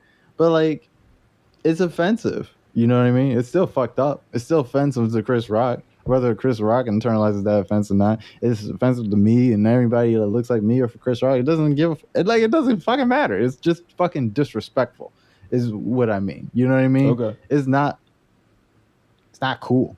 You know? That's just my whole point about the whole Dave Chappelle getting canceled and shit. Is just that like people are doing a lot and like acting like it's a little, and it's just fucking disrespectful. It's not like we use big words like cancel and offense and like all. It's just fucking disrespect. You wouldn't. That's not how you respect somebody. Like a lot of people wouldn't talk to like a real trans person like that in real life. You wouldn't, and if you would, it really would say something about you. And the fact that we can't like get over that hurdle of our mind when it comes to like Dave Chappelle is just like fucked up. It's just like it's not respectful to those people. I don't feel like it's respectful to those people. Like, you know, I think that's just I think it's a little fucked. I think that's a little messed up. That was my point. I didn't really mean to be talking this long about Dave Chappelle that way, but like always happens. Did it anyway. I'm ready to go home. Like, you already did it. I know. I had such a better. It was your fault. I had a better show planned than this, and then fucking Dave Chappelle no. Don't say out. that. Don't say that because I did. Every I time really did. it's about you saying like this isn't good just because we weren't sitting here focused on Dave Chappelle. It's actually even when we talked about the special, we're never focused on Dave Chappelle. I actually think it's good that we continue to have this dialogue. It's just that I feel there's a piece missing, as I've told you before, and there's not much we can do about that at the moment. No, the piece is a trans person. That's the only piece actually missing from the conversation. No, I agree. I just people. don't like tokenizing people and be like, hey, you get to talk about this because you're trans. No, and I get that. If anything, if a trans person came on this show and they so happen to want to talk about Dave Chappelle, then that would be their prerogative, and that's what I would like to talk to them about if that's what they want. That's a better explanation, because I was like, don't say that. You're not tokenizing anybody. Like, well, yeah, to be like, hey, I want you to come on this show because you're trans and we're going to talk about Dave Chappelle. That's a little bit tokenish. So I just meant like having a trans person here for the conversation as it naturally happened. Because if that was one of your topics. Anybody who comes on this show comes with their own topics. So like anybody that comes on this show comes with something that they one was your wanted topic to say. Yeah, and that's my topic. So so if we had a trans person and it just came up because you wanted to talk about it, not because they were there, but because you wanted to speak about it, because you were going to speak about that anyway, you know, that would be good. That would be a conversation. I don't know. It would be no. I know what you're saying. It would be a good conversation. About tokenizing, but I wouldn't like. That's not something I want to do on purpose. That's not something you want to force on the person. Yes, I agree. It's just when you said it the way you said it. I don't want to do it on purpose. Well, it would be forcing if you did it like that. But I'm saying in terms of the tokenizing, to be real, like it isn't, because there's some things that you're not the focal point of, and it would just be nice in that time. I'm not saying we could make it so. I'm not saying it could be perfect. I'm just saying like it would be the piece that would. For us to feel like, yo, this is an actual, like, proper, real conversation, that would be the piece that's like, yo, it's like a group of white people talking about a whole bunch of black issues and how black people feel, but ne'er a single black person on the show to really discuss. Like, I know it feels like tokenization. That's the part that sucks, but there is no other proper way to do it. I think with those types of conversations, though, also, like, if you, like, to take your point, right, if you're a white person, right, and you want to have a conversation about not black issues, but like racism, like you want to have a conversation about racism, right, and there's no black people or people of color in the conversation needs to be about you. Yeah, you know what I mean? Absolutely. Like so many times what I see happen is, or what you can speak about. An all-white panel wants to, not even that necessarily, but an all-white panel wants to talk about racism from the point of view of a black person. It's like, how the fuck are you gonna do that? Exactly. No offense, or maybe full-on offense, but how the fuck did you expect to be able to do that? But they don't want to talk about like racism from the point of view of a white person, where it's like, which is funny. And what I mean by that is because a lot of the time they do want to talk about it, but they just want to talk about it like, I don't understand why the blacks can't get it together. Like that's their view about it. You actually kind of like saying the blacks in that comedic sense, huh? And you won't admit that to yourself, I don't think. And see, that brings us back to the whole conversation of comedy. So, but funny. But okay, go on, Blair. I ain't the one to judge. I am the blacks, though. I get to say that. You saying that like I'm white? No, it just no, never mind. Like, no. It's not about that. It's not about. Oh, you are the blacks. I am. I'm them niggas. Anyways. This has been a weird ending to the conversation we just had. That's so funny. But please carry on. See, that's funny. That's comedy. There you go. But see, look, I made fun of myself. I ain't make fun of nobody else. I know. You know what I mean? I realize. Yeah. Like, see, that's not nobody else's business what I do with my own self-esteem. Mind your business. Anyways. That's not my point is. My point is, white people, if you want to talk about black problems, don't. If you want to talk about racism, talk about what you deal with racism, what your community deals with when it comes to racism. What the history's been. Yeah, what the history's been. You know what I mean? And I think that's where we took the conversation. If you're trans and you don't agree, please let me know and I'll make a correction. Please, you know absolutely. what I mean? Like if I said something fucked up and offensive, I want to know that. You know what I mean? I'm here to be cursed out by all the trans people who dislike the things that I say. Honestly and truly. Please really? Come curse me the fuck. Yeah. Huh. Open the back up. I'm not the person who's like thinking in terms of just political correctness and full-on sensitivity. I'm at these, and now I'm 30. So, I forgot. Now I'm 30. It really sucks for all y'all motherfuckers. Mitchell does not give a flying fuck and is no longer living in terms of consideration for you. He's going to be genuine in the moment, whether it is right or wrong, and be willing to have the conversation where he steps wrong, because that's who he is, but no longer cares in terms of being less genuine or saying something because I feel like it might be offensive. I'm going to say it first, and then we'll have the conversation about it. You should always be genuine, Mitch. Please feel free to jump on and curse me out if that's how I've genuinely made you feel, and let's have a conversation. I think you should always be genuine, Mitch, no matter what. No matter what the Logan, consequences. Sadly, you're right, but sadly, that isn't where I was always coming from. I was mostly there, but not all the way, and I feel that's the case for most people. But I will say that genuine doesn't mean harmful. Well, it's not about purposely being malicious, of course not. Exactly, that's what I mean. It's like genuine shouldn't mean malicious, and I think a lot of people take it there. Is that like no? A lot of people just don't care. Well, yeah, but like a lot of people, I mean, that's how they characterize it, though. That like they're non-caring and they're like just malaise about it is genuine, and to be honest, it is. Like they're being genuine about it. They are being genuine. You're right. But like that shouldn't be like the core identity. No, I mean it's. You know what I mean? But that is the thing, because it's like. The fact is, I don't want no racist hiding amongst. Like, yeah, I'm not. Go ahead and tell us all about how you feel, so I know. Right. Please. No. I mean that in both the positive senses and the negative senses, because honestly and truly, as unfortunate as it can be sometimes, it's where humanity should always be. Because then at least we know. I don't think I'm truly know. I don't think I'm being politically correct when I say the things I'm saying about trans people. I wasn't speaking. I wasn't directing anything. Well, no, I was just thinking. I was just thinking about what you were saying. I was just saying that, like, I don't think I'm being politically correct, and I think like a lot of people like use that also as well to be like, well, he's just trying to say the right thing or whatever, and to get with A, B, and C person to like him or whatever. And it's like, listen, there's not that many trans people in the world to make this show pop off like that.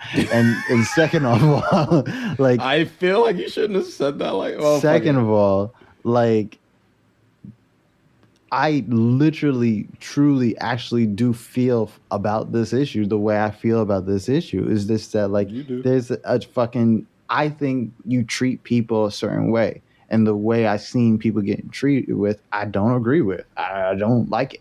I don't agree with it. I don't like it. If that's not where you're at with your journey, like, you can't fucking blame me for that shit. You know what I mean? And that's not to, like, and I'm really not back to the golden rule. I'm not really the person to, like, condemn somebody. I'm not going to condemn you to hell because your journey is not where I'm at. However, if you being harmful and shit, I'm gonna say you being harmful and shit. Yeah, like, I'm not gonna be quiet about that. Why should I be quiet about that? You should. So what you, like, sometimes it feels like what you're saying is that, like, not you, but I'm saying the people, like, when they say, like, oh, you just trying to be politically correct, it's like, if you saw somebody hurt on the street bleeding out, you just gonna step over them. Like, that's what it sounds like. It sounds like if you saw some trouble, you don't give a fuck. And that seems cowardly to me. That seems like, you know, that, I don't know. Have I ever told you that story? Where fucking, literally there was somebody bleeding out. I just remember this. So I'm walking to the train because I'm here. Yeah, here. I'm walking to the train. This is almost, you know, the street, my street. Go all the way down, and then there's the road right to get to the train. Don't say the road name. I know you like to do that. Anyways, I was walking there, and, like, there's this, like, homeless person on the ground, and, like, they're bleeding, right? And they're writhing in pain. And there's this guy there. He didn't do it, but, like, he's there, like, talking to the person. So I'm like, oh, okay, right? So I'm just minding my own black ass business. You know, I go walking, and I was supposed to meet Sarah at the train, but I didn't like see her there. But then, like, I'm like, this is fucked up, right? So I'm like stopped, and I look, and I'm like, fuck, I'm like, damn, I gotta go back. So, like, I went back and I talked to the guy, right? This little stringy white dude, right? And I say to him, what's going on? Like I said, what's going on? Is he all right? And so, you know, like, the train is right next to the precinct, right? Mm-hmm. So, like, he goes, oh, I don't know. Like, he's out here and, like, he's all busted up, and I don't know what to do. I was like, did you call anybody? And he goes, yeah, I called them, but they said they're not going to be here till, like, 30 minutes. I'm like, 30 minutes? The fucking precinct is right there, right? And so I'm like, well, we got to go get somebody to come help this person. They can't just stay there, right? Mm-hmm. And so he's like, oh, I don't know. Like, he looked like he was about to walk away. That's what made me upset. Like, he looked like he was going to leave, right? And it's like, no, we need to get somebody to help this guy. He's bleeding, right? So, like, I'm walking with him, and so, like, some police are there, and I'm like, yo, excuse me, hello. And then, like, the cops, which you can say shit like that to the cops in New York. I love that. Like, you'd be like, excuse me, officer, hello. Like, you doing your job today or what? Like, you know. And so, like, they're like going into the precinct, and I catch it right before they go in. And I said, hey, there's a guy over there. He's, like, just bleeding out. Like, somebody needs to help him, right? And they're like, where? I said, like, right around the corner. I said, you just see people walking over him. Now I pointed at the guy and said, he just called, but, like, nobody's coming. And they're like, now the cops are looking at me like, fuck, you done got me involved. Like, you know what I mean? Like, oh man. Bro. So now, aren't people now they walked over to the other side, and now the white guy walks over, and I walked for a little paces. But then when I saw that they was over there, I left because I was like, that's good for your ass. You shouldn't have tried to leave that man. And Sarah came up. She's like, Logan, what's going on? You with the police and everything? I said, yeah, because, and I told her the story, and then I said, yeah, but let's get out of here because he needs to deal with that. He shouldn't have tried to leave that homeless man like that. I mean, it's true. I mean, you got like, if you see something, do something, you did something, your job is done. Justice was served all the way around. I love it. I had to go. All right, Sarah, let's get out of here, baby. Aren't we gonna make sure? No. No. We did our piece. It's good now. Let's go. Someone's taking care of it. Yes, someone's taking care of it. Exactly. Give me my gold star and a coupon. Get some Krispy Kremes or something. Yes. I'm out. It's exactly the mentality. Exactly. Bro, what it'd be like happened. that. It'd be like that. All right, Mitch. I've kept you here long enough. I'm sorry. Yeah. It's been a while. It's been a while. Yeah. But it was a good conversation. No, it was good. That's what I was saying. It wasn't a bad show. It's Yeah. just, we spent a little bit more time on one topic than Yeah, we should I have. hate that. Damn. Yeah, but I know. It happens. doesn't mean it's bad. Yeah. Mitch, do you have anything you want to leave the people with? Remember the golden rule, please. It is very, very, very fucking simple. And 30-year-old Mitch has no more patience for humanity. I don't mean that in like an evil sense. I just mean like everything's getting called out. So like the golden rule is simple. You motherfuckers probably learned it in kindergarten. I'm gonna need you to start living your life with it. Or I might knock you the fuck out, depending on how you approach me. So please, because I'm not that person, but I'm a very capable man. I don't want to hurt nobody. Just, be empathetic. Treat your fellow man and woman with love and respect. Definitely. It's very simple. Very, very simple. Do that. And, to all the communities listening to this, we speak, in this one directly to the trans community and the black communities and the intersection between such communities. But to every cultural, community, every margin of society, the truth is we do just have to do better. The issue we're having here is just because there's a lot of negotiation in one sense being had, not necessarily verbally, not necessarily consciously, but whether you realize or not. And we have to do better for each other. I sadly am a person committed to figuring that out, but even I am hard pressed to really find the solution and make it work. But I just want to put that in the ethos. We have to get a lot better at that, like leaps and bounds better, and we've already been behind for hundreds of years. So just keep the work up, and best of luck to us all. We're gonna need it. We're gonna need it. Mitchell out. I just wanted to say that I didn't want to have just 3 subjects today. I didn't really think I had a whole show planned out, but we have them for next time. Yeah, that's true. I get to make less topics. He is. Mitch is so happy he doesn't have to bring any topics next week. God. It's so gross. So Anyways, great. This is, you know what? You swindled me. That's what happened. What?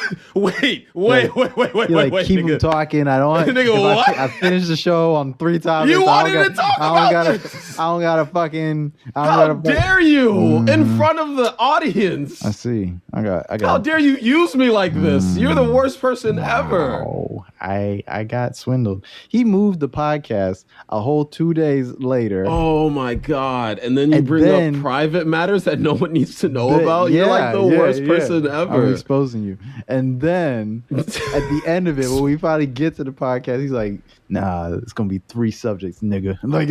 God damn. Wow. Sabotage. Wow. Sabotage on the Milk and Toast podcast. That's what happened. We serve the perfect example of those memes where it's there are 2 people. There are 2 types of people in life. We serve as a perfect example for this. It's just why? Why do you have to be like this? You know why we have to be like this? Because we both bring out the best. Who is we, nigga? You speaking French now? Yes. We. Oh my God. We bring out in each other, we bring out both the worst and best of each other. And that's why we're friends, Mitch. What the fuck are you talking about? I'm only ever trying to bring out the best in you. See, this is the 2 types of people I'm talking about. And you know what? Just close the show. I'm just trying to bring the dark bits out of you, Mitch. That's all, I just don't know what I did to deserve this. And once again, it's just those are 2 types of people. You guys could be in tune with just more than just your positive side, and Mitch. Sometimes you gotta be in tune with your negative side. That's not the point. It's okay. You know what? Thank you, Logan. Thanks for that, man. I appreciate it. Anyways, I do want to say that all of our trans and non-binary. I can't speak today. So from an idiot, I would like to say, I love you guys. You're valid. Fuck Dave Chappelle, and If it I still doesn't got you, offend, Dave. and if it doesn't offend you that much, that's you and that's your business. To me, it really fucks me up. I just don't like it. I don't like somebody with a big microphone shitting on people, just like shitting on people for no reason. It's not that I don't like laugh at jokes that like make fun of people or like anything like that, but it's just we like all know you do. literally. I know I laugh at people literally all the fucking time, but I'm not gonna laugh at a joke that has something to do with somebody's core. You know what I mean? That has something to do with who they are. Like you know what I mean? Like I have my limits. Like I like a good. Like I can be cruel sometimes. You know, with my comedy, but I'm not to the point where I think you're gonna be fucked up for life about that shit. You know what I mean? That's Logan's line. Yeah, like I'm just trying to bring you up to that point before you fucked up for life. Yeah, as long as I have you there, like you good. Goddamn, but if I bring it past that, that's on me, man. Yeah. But while you crying right here in the pool of blood after you slit your wrist for me not bringing you all the way there, just remember I didn't bring you all the way there. So that's on you, motherfucker. No, my bad. No, that's on you. That's not true. That's not right. But like.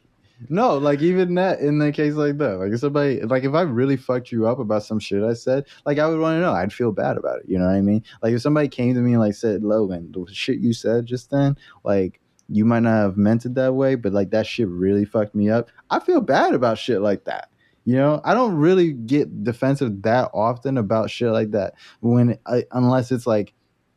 The thing I really get defensive about is like when I'm in an argument with somebody. That's when I get really defensive. Like if you said some fucked up shit and then I said some fucked up shit and then you want to like be like, you're the most fucked up person because you said, I'm like, what about the fucked up shit you said? You know, that's when I get defensive. But if it's like something I'll just like set off the cuff and like I was like, Mitch's teeth is fucked up. You know, like that or some shit. Like. Man, just calm down. You know you got good teeth. Like that's why I said that shit because his teeth not fucked up. See, sorry, I couldn't help but play the part. See, I make a joke like that. Like that. Like I'm not gonna do that. And if I do that, then like he comes to me and say, "Hey, you don't gotta talk about." Yeah, bro. Come on, like my parents couldn't afford braces. That's not cool. Like I got hit with a baseball at the age of 10, like that affects like who you are. That's fucked up. And I should apologize. I should say something about that. I shouldn't double down and make like 20 comedy specials about Mitch's fucked up teeth. Like that's fucked up. You know, he ain't asked to have that. Like, you know what I mean? Anyways, as always, if you like the show, share the show. Share that shit. If you like the show, just cut out the bits where we say fuck Dave Chappelle and just send it to Dave Chappelle. Like at him. Do that. Why are you whispering? Because when you have a really good idea sometimes, Mitch, it'd be so powerful that if you said it out loud, you'd ruin a lot of shit. So sometimes you have to like be tender and careful with it because powerful things can be fragile. I don't even know who you are right now. Yeah. Oh, okay. Just, yeah. Oh. Anyways, have a good morning, have a good night, have a good evening, have a good lunch, have a good breakfast, have a good dinner, have a good drive to work or whatever you're doing when you listen to the show. Have a good one. Say bye to the people, Mitch. Wait, shout out to Claire. We still love and miss you. Hope you're doing well. Oh yeah, shout out to Claire. Bye everybody. This has been episode 59 of the Milk and Toast podcast. I've been your host, Logan, and we're out. Bye.